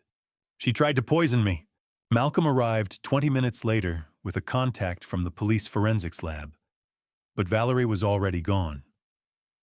The restaurant manager said she'd paid in cash and left right after I did. The food also gone. The busboy had cleared the table with unusual speed, said a woman matching Valerie's description had given him $50 to do it quickly. Evidence vanished. Again. I was about to drive home when I saw it, a small piece of paper tucked under my windshield wiper.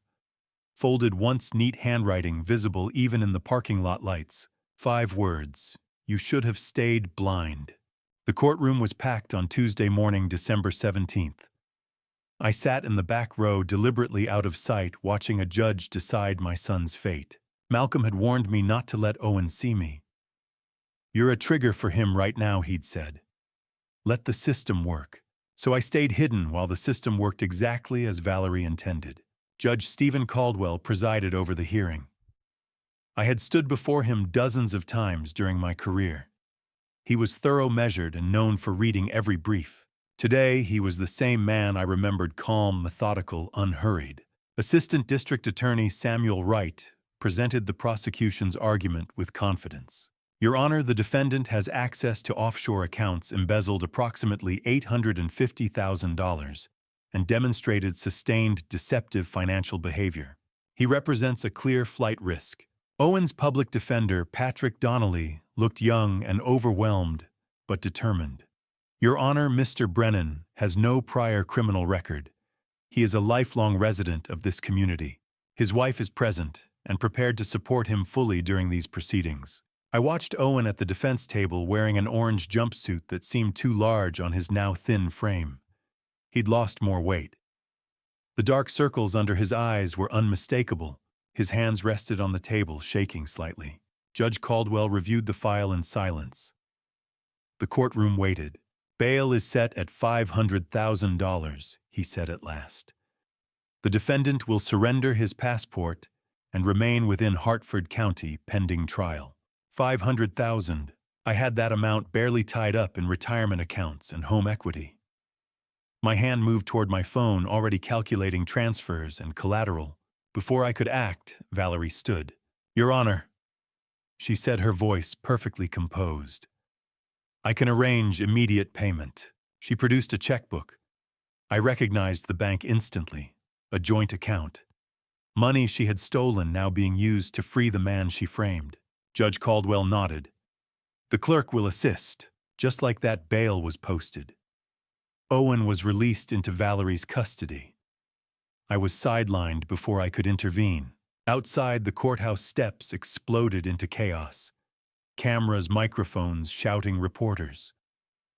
Valerie took control, immediately positioning herself slightly ahead of Owen. My husband is innocent, she said, voice steady but emotional. We trust the justice system and ask for privacy during this difficult time. Owen stood beside her, dazed, gripping her hand, as if it were the only solid thing left. She guided him through the crowd with ease. I caught up to them in the parking lot. Owen, wait. He turned, and the look on his face stopped me. Not confusion. Anger. What do you want, Dad? Please, I said quietly. Don't go home with her. You're not safe. You've done enough, he said, voice trembling with fury. You put me in jail. You called the police on your own son, and she's the one getting me out. That tells me who actually cares. She's been drugging you, I said desperately. The tea, the food. She's been keeping you confused so you wouldn't question. You're obsessed, Owen snapped. You can't stand that I chose someone you don't control, so you invent conspiracies to justify destroying my marriage. Security began moving closer. Leave me alone, he said, his voice breaking. Just leave me alone. He walked toward a black BMW I'd never seen before. New. Valerie waited by the passenger door, the image of loyalty. As Owen approached, she looked back at me. Her smile wasn't for the cameras. It was cold, precise, victorious. Then they drove away. I stood there, chest aching, feeling something I had never known in 30 years as a prosecutor, helplessness. That evening, a process server knocked on my door. The restraining order was clear and absolute. I was to remain 500 feet away from Owen Brennan, Valerie Brennan, and their residence. Violation meant arrest. One signature, one piece of paper, and every legal avenue I had was gone. I sat at my kitchen table, the same one where Anne and I had planned our lives, where Owen had done homework as a child, and stared at the order. Valerie had trapped me. I couldn't warn him. I couldn't protect him. And whatever she planned next, I would have to watch it unfold from exactly 500 feet away. Malcolm's call came at 5 a.m. Wednesday morning. I woke to my phone buzzing on the nightstand, my ribs protesting as I rolled over to answer. I found him. Malcolm's voice was tight with urgency. Bernard Lancaster, retired in Naples, Florida. If we leave now, we can be there by 5:30 this evening. I was dressed and out the door in 10 minutes. Malcolm's 2018 Toyota was already running when I got in a thermos of coffee waiting in the cup holder. He'd done the research overnight. Bernard Lancaster, the prosecutor who'd actually convicted Douglas Grayson, had retired in 2015 and moved to a golf community in southwest Florida. 12 hours. Over 1,000 miles of highway between us and the one man who could prove I'd never touched the Grayson case. What do I even say to him? I asked, as we merged onto I-95 South Dawn, just breaking over Connecticut. The truth, Malcolm said. That a woman married your son to destroy you for a case you never prosecuted. That she's been planning this for 15 years. That we need his help to prove it. And if he won't help, Malcolm's hands tightened on the steering wheel. Then we figure out Plan B. We drove through morning traffic, stopping only for coffee and gas. Malcolm took the first 6 hours while I tried to rest, but sleep wouldn't come. All I could think about was Owen back in Connecticut, alone in that house with a woman who'd spent 7 years positioning herself to destroy him. The restraining order meant I couldn't even call him. Couldn't check if he was okay. 500 feet might as well have been 500 miles. We crossed into Georgia at 1 p.m., Florida at 3. The landscape changed from industrial corridor to palm trees and retirement communities, everything flat and green and utterly foreign to someone who'd spent his entire life in New England. Cypress Point was exactly what I'd imagined, a gated community with pristine golf courses, white buildings, retirees in golf carts, moving between clubhouse and condos. The security guard at the entrance looked skeptical when Malcolm explained we were former colleagues with a legal matter to discuss. Mr. Lancaster doesn't usually take visitors without advance notice, the guard said. Tell him Simon Brennan is here about the Douglas Grayson case, I said. He'll understand. The guard made the call. Whatever Lancaster said convinced him because the gate swung open. We found him at the clubhouse sitting on a covered patio with a drink, sweating in the Florida heat. Bernard Lancaster at 68 looked nothing like the prosecutor I vaguely remembered from newspaper photos, tanned fit, wearing a polo shirt and relaxed in a way that only comes from years of successful retirement. Simon Brennan. He stood extending his hand. I remember you. The Costello case, right? That was legendary. What brings you all the way to Florida? I told him. Everything. Kendra Grayson. The 15-year revenge plot. Owen framed and jailed. The forged signatures. The media misidentification that had started it all. Lancaster's face went from confused to shocked to understanding as I talked. Douglas Grayson. He sat back down heavily. Christ, I haven't thought about that case in years. You're telling me his daughter thinks you prosecuted it? Every news article about the trial had my photo, I said. I was famous that year for the Costello conviction. The media used my face for everything coming out of the DA's office. They do that, Lancaster said quietly. You were photogenic, good with sound bites, made for television. They used your image even for cases you had nothing to do with. He paused. And an 8-year-old girl saw your face everywhere and assumed you were the one who put her father in prison. I need proof, I said. Court records, trial transcripts, anything that shows I wasn't involved? Lancaster nodded slowly. Come inside. I keep digital copies of all my major cases. His condo was immaculate white walls, golf trophies, photos of grandchildren. He pulled out an iPad and navigated to a cloud storage folder labeled Career Archive. The Grayson file was extensive. Trial transcripts, court filings, every document clearly listing Bernard Lancaster as lead prosecutor. My name didn't appear anywhere. Then he showed me the media coverage. Articles from 2010, television clips archived online, and there in every single piece was my face. Press conferences about the Costello case spliced into stories about the Grayson trial. My photo next to headlines about securities fraud I'd never investigated. Hi, the media was sloppy, Lancaster said. They wanted a face that sold papers. You were that face. I was just the guy doing the work. Will you testify to that? I asked. If it comes to trial, Will you provide a sworn statement? Absolutely. He was already pulling out a USB drive. Let me copy these files for you. Court records, my personal notes, everything. This woman framed your son because of a mistake that wasn't even yours to begin with. We'll fix it. It was 6:30 p.m. Florida time when my phone rang. Unknown number. I almost didn't answer. I'd been screening calls all day, avoiding reporters and well-meaning former colleagues. But something made me pick up. Prosecutor's instinct, the kind that warns you when something is catastrophically wrong. I heard breathing first, heavy-labored wrong. Then Owen's voice, barely recognizable, slurred, weak, desperate. Dad, help. Something's wrong. Can't. The phone clattered. Impact sounds. Something hitting the floor. Then Valerie's voice in the background, distant, but clear enough. You weren't supposed to wake up yet. Sounds of struggle, a crash. The call cut off. I tried calling back immediately. The number was already disconnected. Malcolm. My voice didn't sound like my own. We need to go. Now. Malcolm was already moving, phone pressed to his ear, calling 911.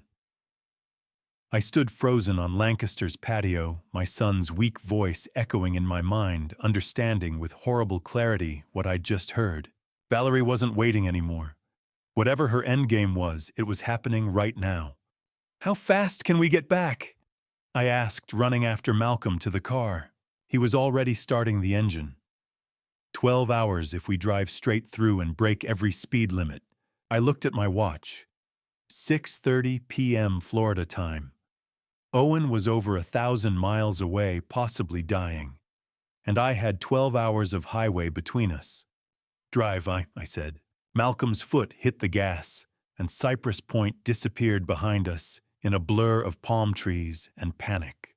Malcolm and I broke every speed limit between Naples and Connecticut. 12 straight hours on the highway, darkness swallowing the miles, headlights cutting tunnels through the night. We made frantic calls to the FBI and state police phones, switching between hands, charging cables stretched tight. No matter how fast Malcolm drove, one thought refused to leave me: we were already too late.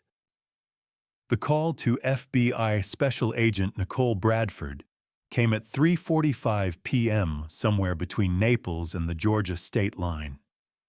Malcolm had her number from his years handling federal security contracts. My phone was on speaker. The speedometer climbed past 90. Special Agent Bradford. Agent Bradford. My name is Simon Brennan. I'm a retired Connecticut prosecutor. I need to report a federal case involving wire fraud and attempted murder. There was a pause.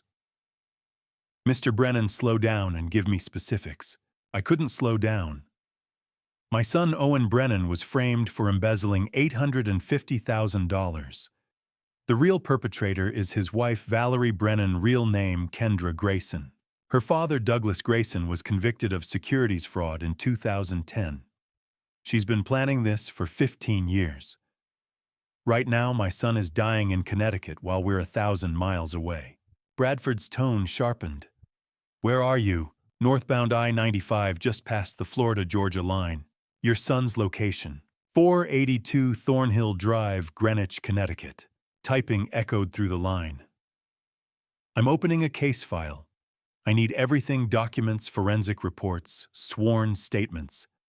I'm sending you a secure email address. Malcolm took the next exit and pulled into a rest stop. For 20 minutes, we uploaded files from my phone, forged wire transfer photos, Dr. Eleanor Vaughn's handwriting analysis, Bernard Lancaster's sworn affidavit, and court records. Bradford stayed on the line the entire time. Received, she said. Connecticut State Police are being dispatched for a welfare check. Tell them to hurry, I said. If Kendra suspects, let us handle this. Where will you be? Driving north, Malcolm said. Connecticut by 4 a.m. I'll keep you updated. Don't act independently. The call ended. We were deep into South Carolina when Bradford called back. It was 4:30 p.m. Connecticut time. Mr. Brennan, police conducted the welfare check. Your son was found unconscious. Paramedics are on scene. He's being transported to St. Francis Hospital. My hands went numb. Is he? He's alive. Suspected sedative overdose. He's being stabilized. And Valerie. No sign of her. The residence shows a rushed exit, drawers, open closets cleared. An APB is out for her vehicle, a black BMW 5 Series registered to Valerie Brennan. She's running, Malcolm said. Maryland State Police are assisting. Kendra Grayson's grandmother owned a farmhouse in Frederick County, vacant since 2013. Units are checking it now. That's where she'll go, I said. It's the last place that mattered to her. Stay available. The hours blurred. Virginia at 11 p.m., Maryland border at 2 a.m. Bradford called twice more. Owen was stable in ICU. The BMW was spotted on traffic cameras heading west toward Frederick County. A SWAT team was mobilizing. At 4:30 a.m., Malcolm's phone rang. Captain Porter, Maryland State Police. We located the vehicle, Porter said. Abandoned farmhouse 10 miles outside Frederick. No movement. Perimeter going up. Where are you? 20 minutes out, Malcolm replied. Do not approach. This is a police operation. Malcolm ended the call and pressed the accelerator. We arrived at 4:45 a.m. The farmhouse sat at the end of a gravel road, fields choked with weeds, a barn collapsing beside it. Police cruisers ringed the property. Red and blue lights pulsed against the dawn. A SWAT van waited near the tree line. Agent Bradford stood at the perimeter, FBI jacket zipped tight.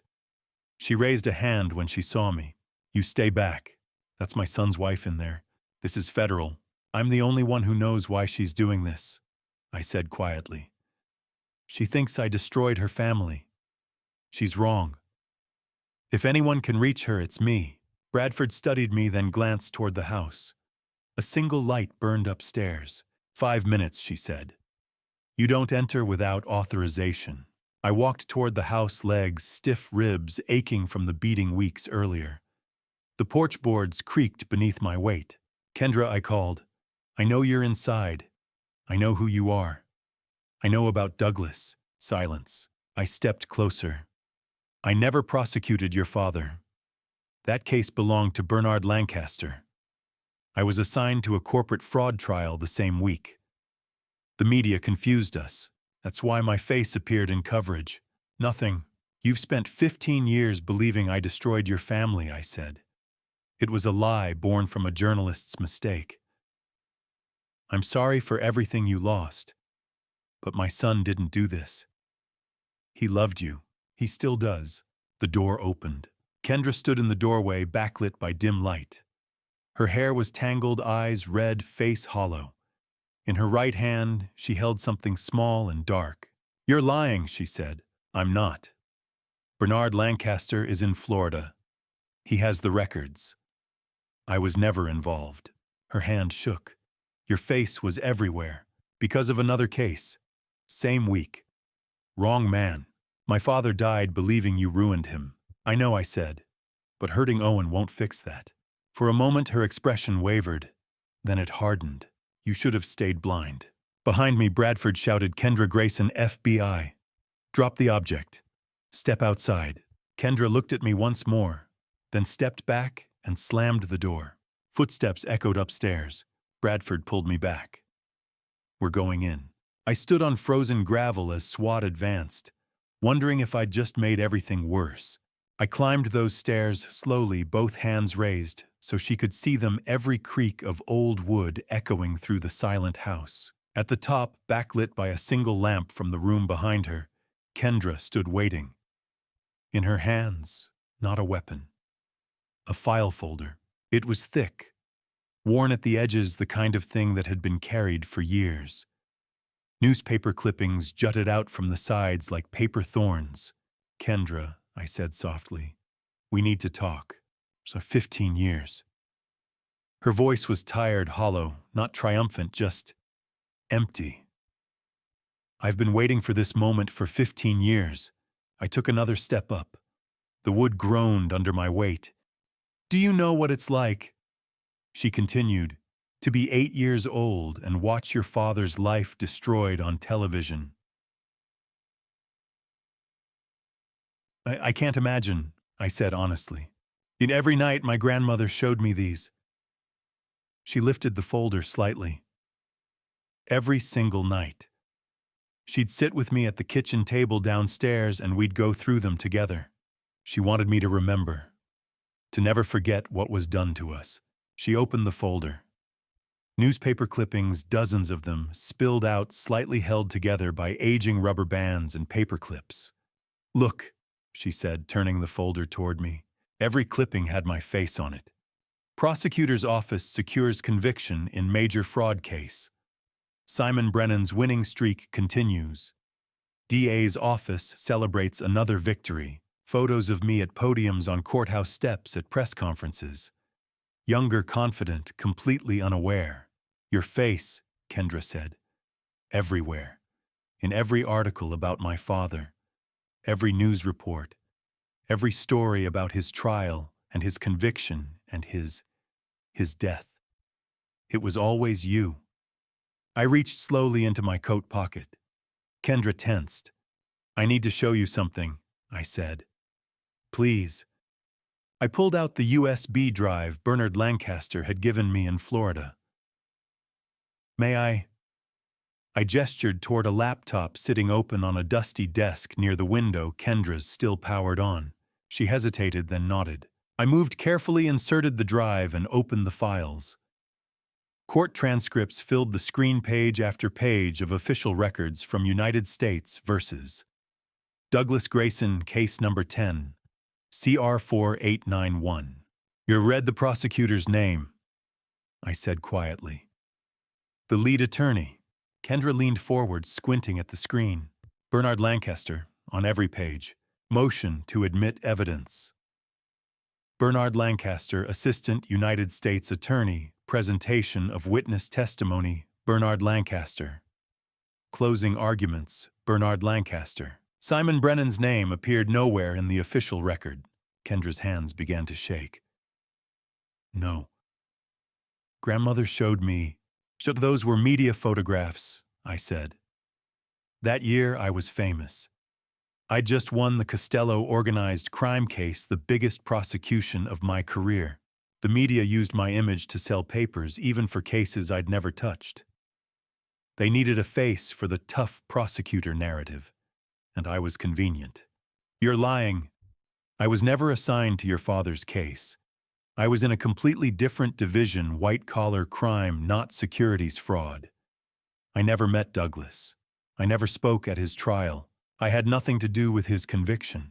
I clicked through more files, case assignment logs, prosecutor schedules, internal memos. Every document confirmed the same truth. Kendra stared at the screen. 15 years of certainty crumbling. I married Owen, her voice cracked. To hurt me, yes. I drugged him, controlled him, framed him for crimes he didn't commit. Yes, I destroyed an innocent man. Tears began streaming down her face. I destroyed my own husband, a man who loved me, who trusted me, who thought we were building a life together. Yes, I said again, more gently this time. Kendra slumped against the wall. For nothing. All of it. For nothing. The folder slipped from her hands. Newspaper clippings scattered across the floor like autumn leaves, my face staring up from dozens of photographs, frozen in moments I barely remembered. Your grandmother, I said carefully, was grieving. She lost her son. She needed someone to blame, and the media gave her a face. My face. But Kendra, what she gave you wasn't truth. It was poison disguised as love. She said we'd get justice. Kendra's voice was barely a whisper. She said if I was patient, if I was smart, if I planned carefully enough, we'd make you feel what we felt. And did it work? I asked. Do you feel better now? Does any of this feel like justice? She looked at me with eyes that had gone hollow. I feel nothing. Footsteps sounded on the stairs behind me. FBI agents moving up from their positions below. Agent Bradford appeared at the top landing, her weapon holstered, but her posture tense. "Ah, Mr. Brennan, step away from her." Two agents moved forward, producing handcuffs. Kendra didn't resist. She stood there like a marionette with cut strings while they secured her wrists behind her back. As they lifted her to her feet, she looked at me one more time. "Hun, your name was everywhere," she said. "How was I supposed to know?" "I'm sorry about your father," I said. "I'm sorry the system failed your family. I'm sorry your grandmother fed you hatred instead of helping you heal. And I'm sorry that the media's laziness destroyed more lives than anyone counted." "Owen," she whispered, as the agents began guiding her toward the stairs. "Is he alive? At the hospital. You almost killed him, but he's alive." Something flickered in her eyes.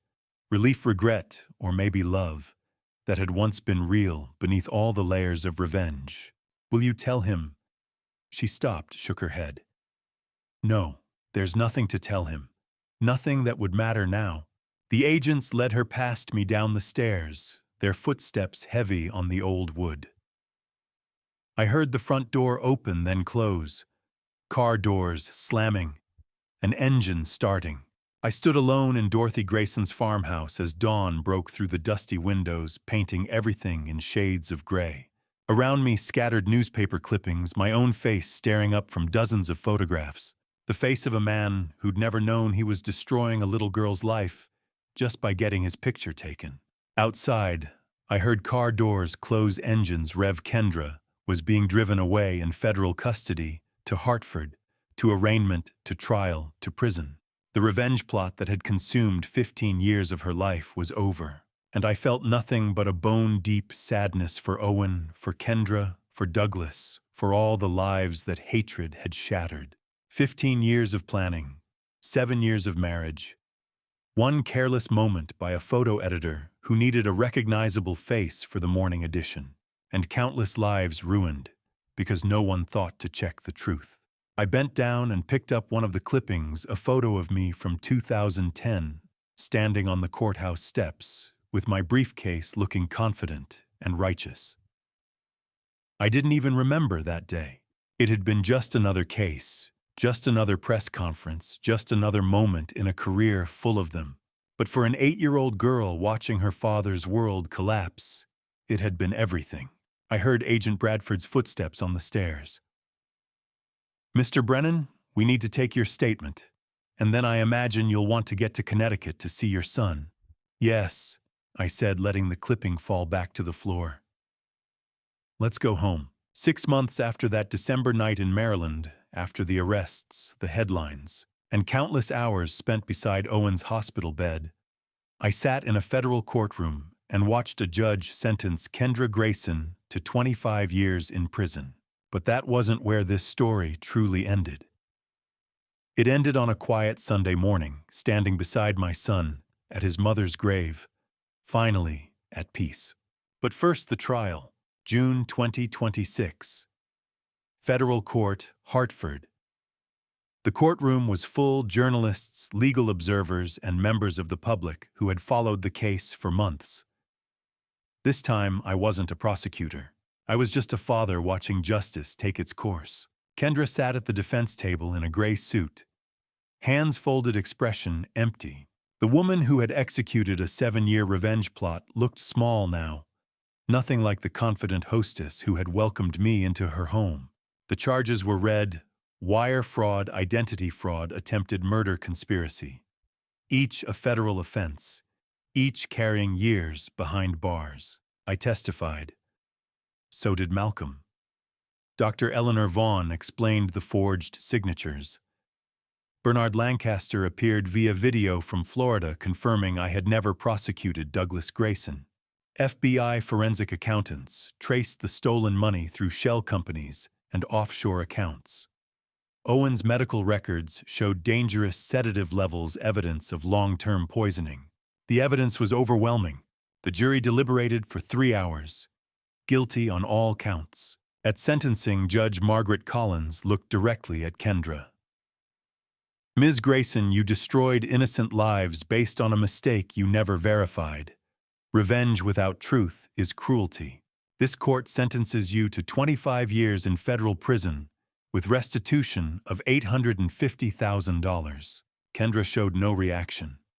Whatever fire had fueled her for 15 years had burned out. Owen's recovery was slow. January hospital detox. His body struggled after years of sedatives hidden in tea and vitamins. Memory gaps. Weakness. February physical and cognitive therapy. Gradually, the son I remembered returned clearer but scarred. March, he moved into an apartment near my house. Weekly dinners began awkward at first, then easier. April, the divorce was finalized, uncontested, signed from federal custody. May, Owen returned to work part-time, healthier, stronger, himself again. The day after sentencing, Owen called. Dad, want to get coffee. We met at Roosevelt's cafe. Sunlight filled the room. Owen looked present, alive. The doctors say the effects should fade completely, he said. Some memory gaps may remain, but most of it's coming back. You're here, I said. That's what matters. After a pause, Owen spoke. I'm sorry I didn't believe you. She kept me so confused. You were manipulated and drugged. That wasn't your fault. He nodded. Do you ever think about visiting her? I already did. He looked surprised. The prison visiting room was divided by plexiglass. Kendra sat in an orange jumpsuit, older hollow. Why did you come? She asked. To say I'm sorry about your father and your grandmother. The system failed your family. You didn't prosecute him. No. But I'm still sorry for the child who grew up in grief instead of love. She was silent. Owen will never forgive me, she said. He doesn't have to. Then why forgive me? Because hatred destroys everything it touches. I won't carry it anymore. As I stood to leave, she pressed her hand to the glass. Thank you for saving Owen. Back at the cafe, Owen listened quietly. I don't know if I can forgive her, he said. You don't have to. Healing takes different paths. He smiled faintly. Mom would know what to say. She always did. Final scene, Sunday morning, September 2026. Owen and I drove to Riverside Cemetery together for the first time since Anne's funeral. We stood before her headstone. Anne Marie Brennan, 1960 to 2019. Beloved wife and mother. Mom would say we survived, Owen said. That we're still family. Still family, I repeated. His hand rested on my shoulder. No fear, no flinch. Next Sunday, he asked. Coffee? I'd like that. Driving home in warm sunlight.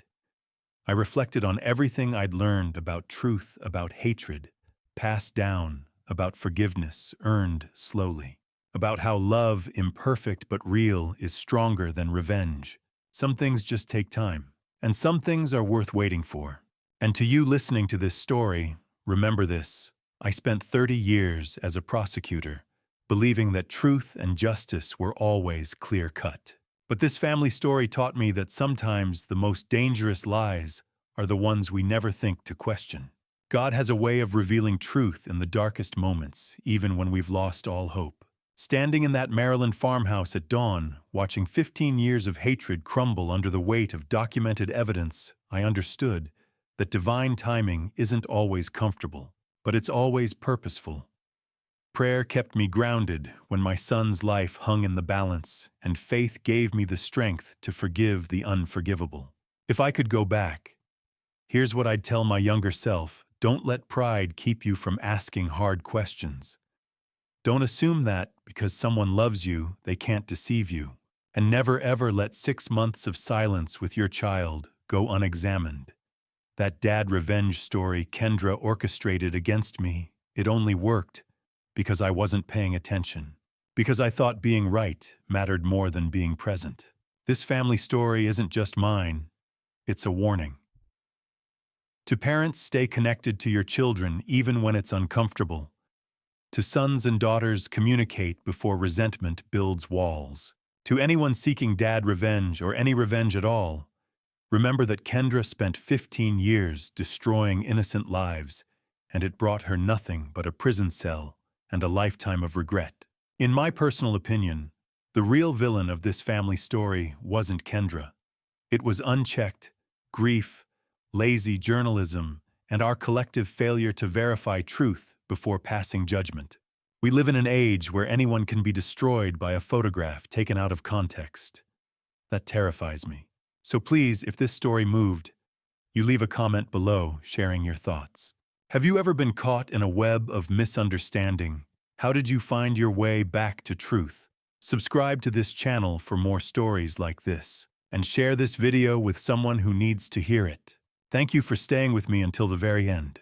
And a quick note, the stories that follow may contain fictional elements created for educational purposes. If this type of content isn't for you, feel free to explore other videos that better suit your preferences.